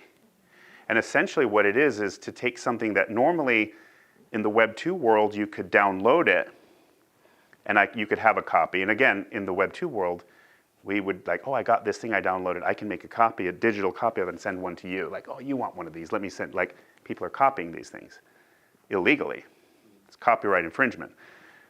An NFT, you can't do that because it's actually on the blockchain and it can't be copied. It comes from whoever made it, you bought it, it's in your wallet, and it's kind of, part of the Web3 stuff. It's part of that's how it's built in. So let me stop sharing that. So an NFT is similar to I like to liken it to you're buying a stamp. If you're a stamp collector, you're buying stamps. You might buy some odd NFTs, and you're looking for a rare one. And then as the demand for those stamps maybe comes, you're collecting them because you're a collector, you love them, or you want to trade them when they get more valuable. So stamp collecting, art, some NFTs are art. That's what it is. And you have that image, but no one else has this. Well, there was only 1,000 copies of this. So nobody else can have this. People can do a screenshot of it, but it's not like, you don't have the NFT. You don't have the real thing. It's like you can take a photo of a painting at the museum is not the same as owning the painting or a print. So it's just a way of basically controlling digital assets. But NFTs can become so much more and are becoming, because basically it is just on the blockchain, it can be a ticket to an event. It can be a membership to something. And it could be, like we're saying, the title to a vehicle. It could eventually be the deed to a house. It could be stored as an NFT. Because that way on the blockchain, everybody could look and see this wallet, and it might be known this wallet is owned by Tom Taranto. This wallet owns that house. Why? Because the NFT symbolizes ownership of that LLC that owns that house. That's how it's proof that I own it. And the power of NFTs, I think, is going to come out as we start to see the pieces come together. That people are going to start coming up with ideas. I liken a lot of this stuff to the iPhone. The day that the iPhone came out, what apps were on it? Not the day that it came out, not the very day it came out. The day it came out, it was only the apps that it came with. It was the texting that was on there. It was the phone. It was the email that was, whatever was on there, the browser, the contacts, the apps that came with it. Here it is. These are the basic apps. But then they open up the ability for people to make apps, and how many apps are there today? Like millions and millions of apps for both, for the Apple and then Android. Same idea is that we're looking at, like, out of the blue, now we have Uber. Then we have Uber Eats. Then we have Airbnb. And then we have, every other thing we can think of. It was like, well, I never thought of that. I never thought I could actually click here and a car is going to take me home. But it took the iPhone, and then somebody came up with it. It's the same thing with what blockchain is going to be. They're just starting to get their head around, like, oh, I could take this concept and make it into that. And it's like, when we start to see this unfolding, it's like, in hindsight, of course there's an Uber. But it wasn't so obvious the day that somebody said, are private individuals actually going to drive strangers in their car? And are these people going to jump in some stranger's car just to use an app and he's going to drive me? And now it's like, yeah, of course it is. And so it's the same thing. I think the technology is just coming out. I think that the amount of money that can be made from people who are early adopters is massive. And again, it's not all about money, but I think that just knowing that you see something coming that's so big, and then you realize that so few people are aware of it or are talking about it, and the average. So let me give you guys like an example. So I invited a lot of people to come to the seminar, and in this inviting people, some of them are like, oh, a lot of them were really legitimately, they're out of town. They weren't going to be here this weekend. They're gone. They were out of town this afternoon. They were busy this afternoon. Had something else going on. But quite a few of them were like, oh, either they thought they understood enough, but they were admitting that they really didn't understand very much, but they thought it was enough for now. Like, if it ever becomes mainstream, I'll catch up and I'll be good. And others were like, Josh, I'm not interested. They literally seem like they're scared of the subject. And what I think is kind of a shame is that at some point, they're going to get into it, and it's like to start investing when you're 45. Start investing when you're 50. It's a great idea, but you still kick yourself that I didn't start when I was 20 or 25. Because you do the math on it. It's like, it's a big difference. But you still do it when you're 50, just like, okay, well, yeah, I'll get some results. It's not going to be as good. It's the same thing. And I think that with this subject is that when people start getting in, it's almost like you've got to get into it and make your mistakes. You've got to get in and just kind of get a feel for how all these things work. And you're going to hit some road bumps. You're going to see some disappointments. You're going to make some mistakes. But you're going to, at some point, get good at it. Whereas, someone who's coming in late to the game. I also think that the concept that I was saying about the money that's coming in to this, I'll show you like an example of what I think it will look like. So you have $400 trillion here, and this $3.2 trillion. If only 10% of this pumped over, because this is less than 1% right here. It's less than 1% of the world's assets. Let's say, and this is probably crazy, but let's say it could be 6 or 7%, whatever that could be. But let's say 10%, which would be 40 trillion in some surge. 10% of the world's assets pumps over here. That surge of what will happen will probably be the biggest ever in history. Because I think what's going to happen is that the volatility like you saw in the chart for Bitcoin, I don't think when the big governments and institutions all get into it that it's going to be as volatile. And when it's not when it's volatile, That's when you have opportunity to actually make good money. And that's the part that newbies don't understand. The red days are good. The red days is where you make the money. The red days is where you buy something cheap, as long as you're convinced that it's going to go back up. The average person or the new person is scared to death of a red day because they think it went down, I lost money. They don't understand that it's always like that. It is volatile, and the volatility is what makes it powerful.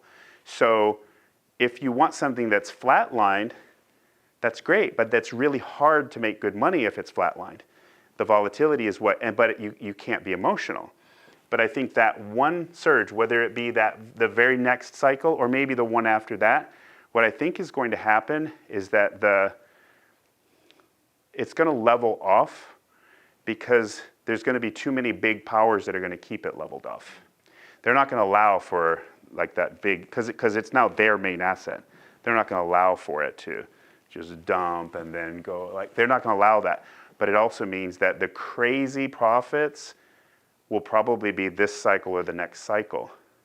And so far, everything has gone in the 4-year cycles. That's just how it's been.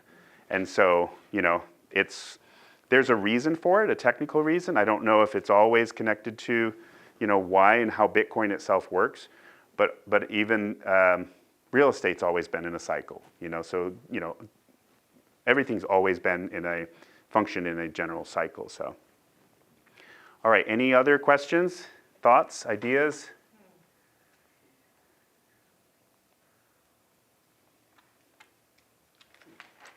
Feel free to think for a second. I just want to check some notes here, see. So we talked about wallets, hot wallets versus cold. We talked about exchanges. We talked about some safety and security. We talked a little bit about common scams, rug pulls, honeypots, volatility, market risks, roadmap, regulatory concerns, the Bitcoin origin, other coins, blockchain, we talked about that. Digital money, centralization, I think we covered a lot of that stuff.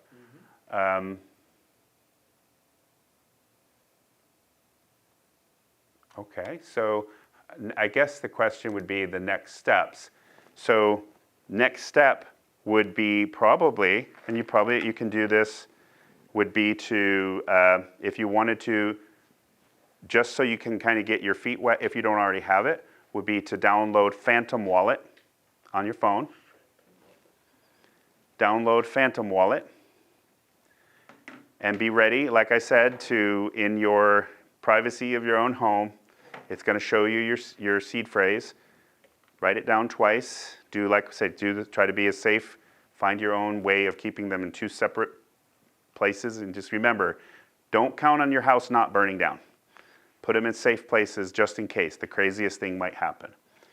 And then once you have Phantom Wallet, it's going to ask you as you're going about add all the blockchains that it asks you. If you want to add this blockchain, add all of them. There's no reason not to have access to all those blockchains in your same wallet, and that way you're able to, because it'll give you a different wallet address for the different blockchains, but it's all under that same Phantom Wallet. So it's easy. You log in there. You can use it on your computer as well. So if you want to do that, you just use the same seed phrase on the plugin on Google Chrome. So you add it to Google Chrome, if it's, again, with a computer that you feel safe with, not a computer that you think might have viruses and spyware and stuff. And then you could have the same wallet. It's kind of like an email address, right? The same wallet can be active on dozens of different computers. It doesn't care. As long as it's properly logged in, it will be active, just like an email address could be active in a bunch of different places. Once it's active, there's a couple of different ways. Right through there, if you wanted to actually buy something, you can actually go in and get some money onto it right through Phantom Wallet. There's ways to pay with a credit card and there's like a couple of different methods. I can show you guys real quick something that's coming within the next few months that I feel is going to change everything. It's really, really cool. But yeah, then once you get some money onto, meaning what you would probably buy using a credit card would probably be the main token. Like if it's a Solana token that you want to get, you're going to buy some Solana for your money. And then basically you're going to swap the Solana for the token that you're buying. Because Solana runs the whole blockchain. It's the same as Ethereum. If you bought Ethereum on the Ethereum blockchain and you were going to buy an Ethereum token, you've got to buy Ethereum because it's the gas that runs the whole blockchain. You can't do any transactions without some gas, and the gas is the main token. So Is that like what you, when you were saying before, like the DEX and the CEX? this is all in the DEX, yeah. And the DEX. This is all decentralized. You actually need to have like the mother token for that blockchain because it's called gas. It's what runs so gas is, for example, if you have BNB on that blockchain, you're going to have Ethereum on the Ethereum blockchain, Solana on the Solana blockchain. And those are like the main tokens for that blockchain. And that's what you would buy with your money. And then you swap. But you always have, in all of these cases, you need to leave some of the main token as gas, or else you couldn't swap back. You always need to save some gas. Gas is, and you'll get a feel for how much, save $10 or whatever. Like, I don't know how much it is on different, it's much more expensive on the Ethereum blockchain than on the Solana blockchain. This might be a couple of pennies. So you could probably, if you save like $1, you're probably good here. Sometimes it's like $30 on Ethereum. So I like to do everything on the Solana blockchain. So, but yeah, you have to kind of get your head around. You buy the main token and then you trade for those tokens inside of that blockchain. And then you can have that in that wallet and see what's happening with the tokens that you're buying. So if you bought it on a centralized exchange, you could simply open a Coinbase account. And that's fine too. Again, you know the difference, right? And then you can connect that to your bank. And you can actually wire, if for bigger amounts, you can actually wire money to and from Coinbase from your bank. So you can actually, now this is on Coinbase, but what you could do is send over money from your bank. You can do it as so it's ACH or a wire. Oh, ACH, okay. So you can do it through debit card, or you can do the ACH directly from your bank. It just takes a couple days longer. If you're going to then send it, let's say that you sent a bunch of money through Coinbase and you bought a bunch of Solana, you could then send it to your DeFi wallet from here. And what will happen is that's a lot cheaper than buying with a credit card directly on a wallet on the blockchain currently, because the credit card, to buy it right inside of the app that's connected to the blockchain is usually for smaller amounts. And the fee on the credit card is a little more, just in ratio to what you're getting. Like you can do stuff through Coinbase, and it's not as expensive if you're going straight from the bank. At least that's been my experience. But you can't, if you wanted it to go from like Coinbase, which is the CEX, Yes. back to the DEX. Yeah, you just send it as once it's, so if I wire it, it's instant. And I can just take let's say my Solana, and I send it out to the DEX. And now I have actual tokens on the blockchain that's all mine. Because I'm sending it from this centralized unit, and that's on-ramping. I've on-ramped the money from my bank into the blockchain. Without having to pay the credit card fees. I typically don't use credit cards at all. I wire. Okay, and So- could you wire still with the first method? In the app itself, so if you just wanted to download Phantom Wallet and put $100, you probably just use your credit card. Oh, okay. It's just because that's not connected to your bank at all. It's just credit card. My credit cards, most of them don't work for crypto because the bank doesn't allow it. My bank doesn't want me to. They don't like crypto. But could the Coinbase, like the CX version right there, could you use the Phantom wallet to do that too? No. Coinbase is its own centralized, and there's an app for Coinbase as well as a website. Yep. So I'll show you something really cool. This is something that's coming.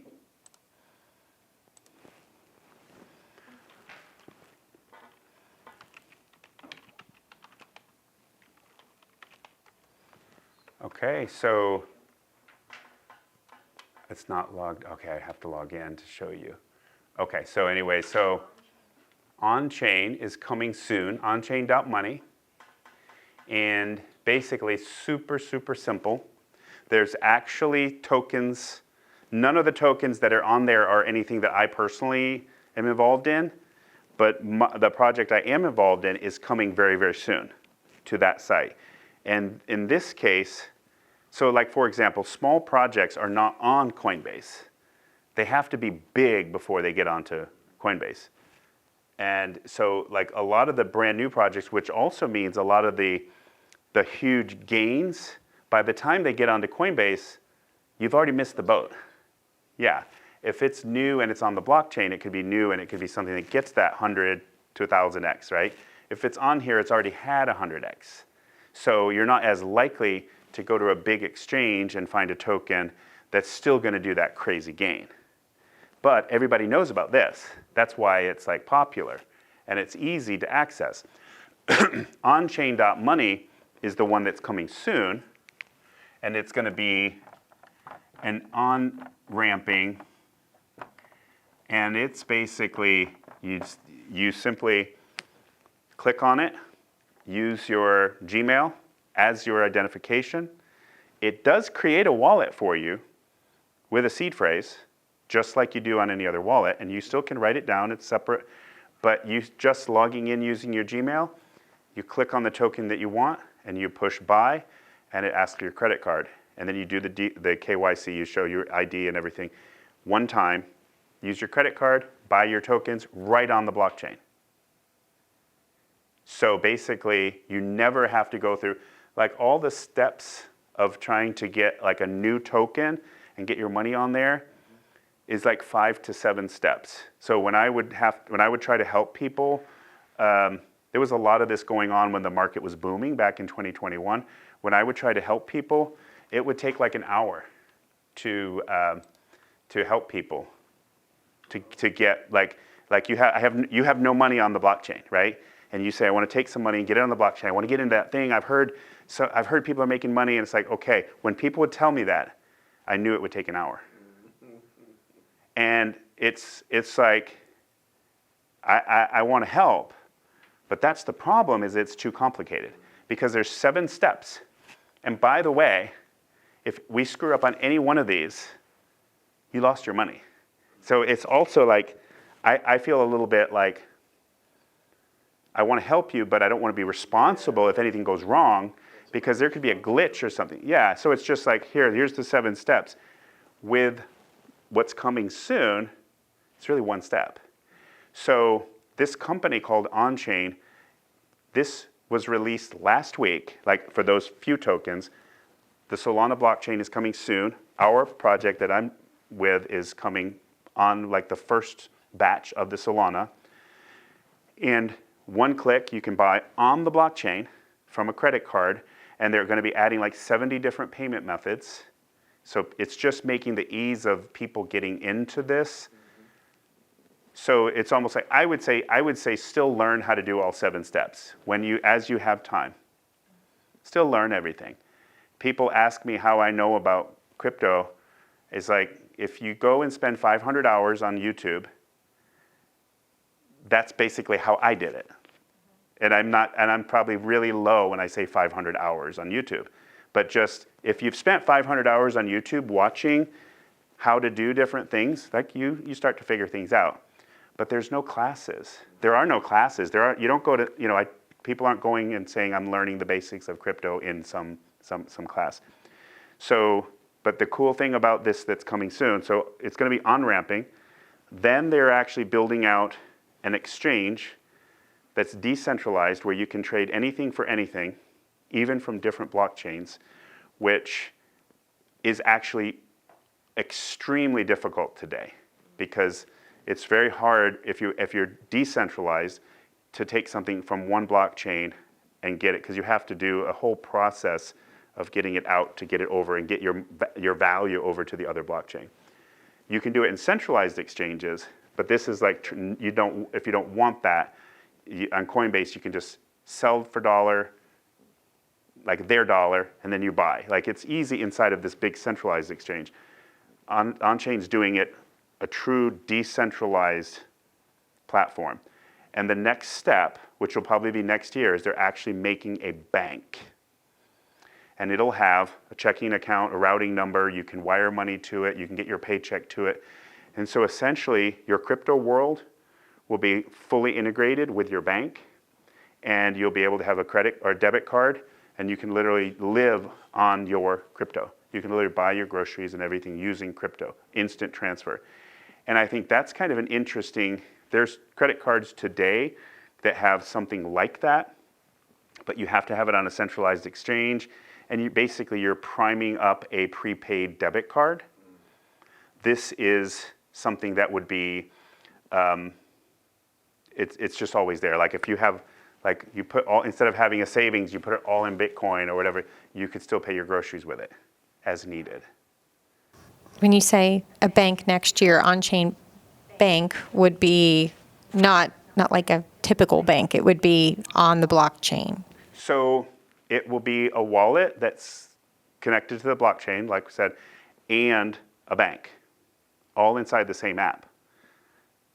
And so your real world money is right there inside. So you're not sending from Wells Fargo or Chase to Coinbase and to this, like it is a bank. So you can get your paycheck. It's got a routing number. You've got a routing number, an account number. Like it is a full bank, like a checking account. And you can have a debit card to it. And so it is a full bank inside of the same account that has all of the decentralized stuff.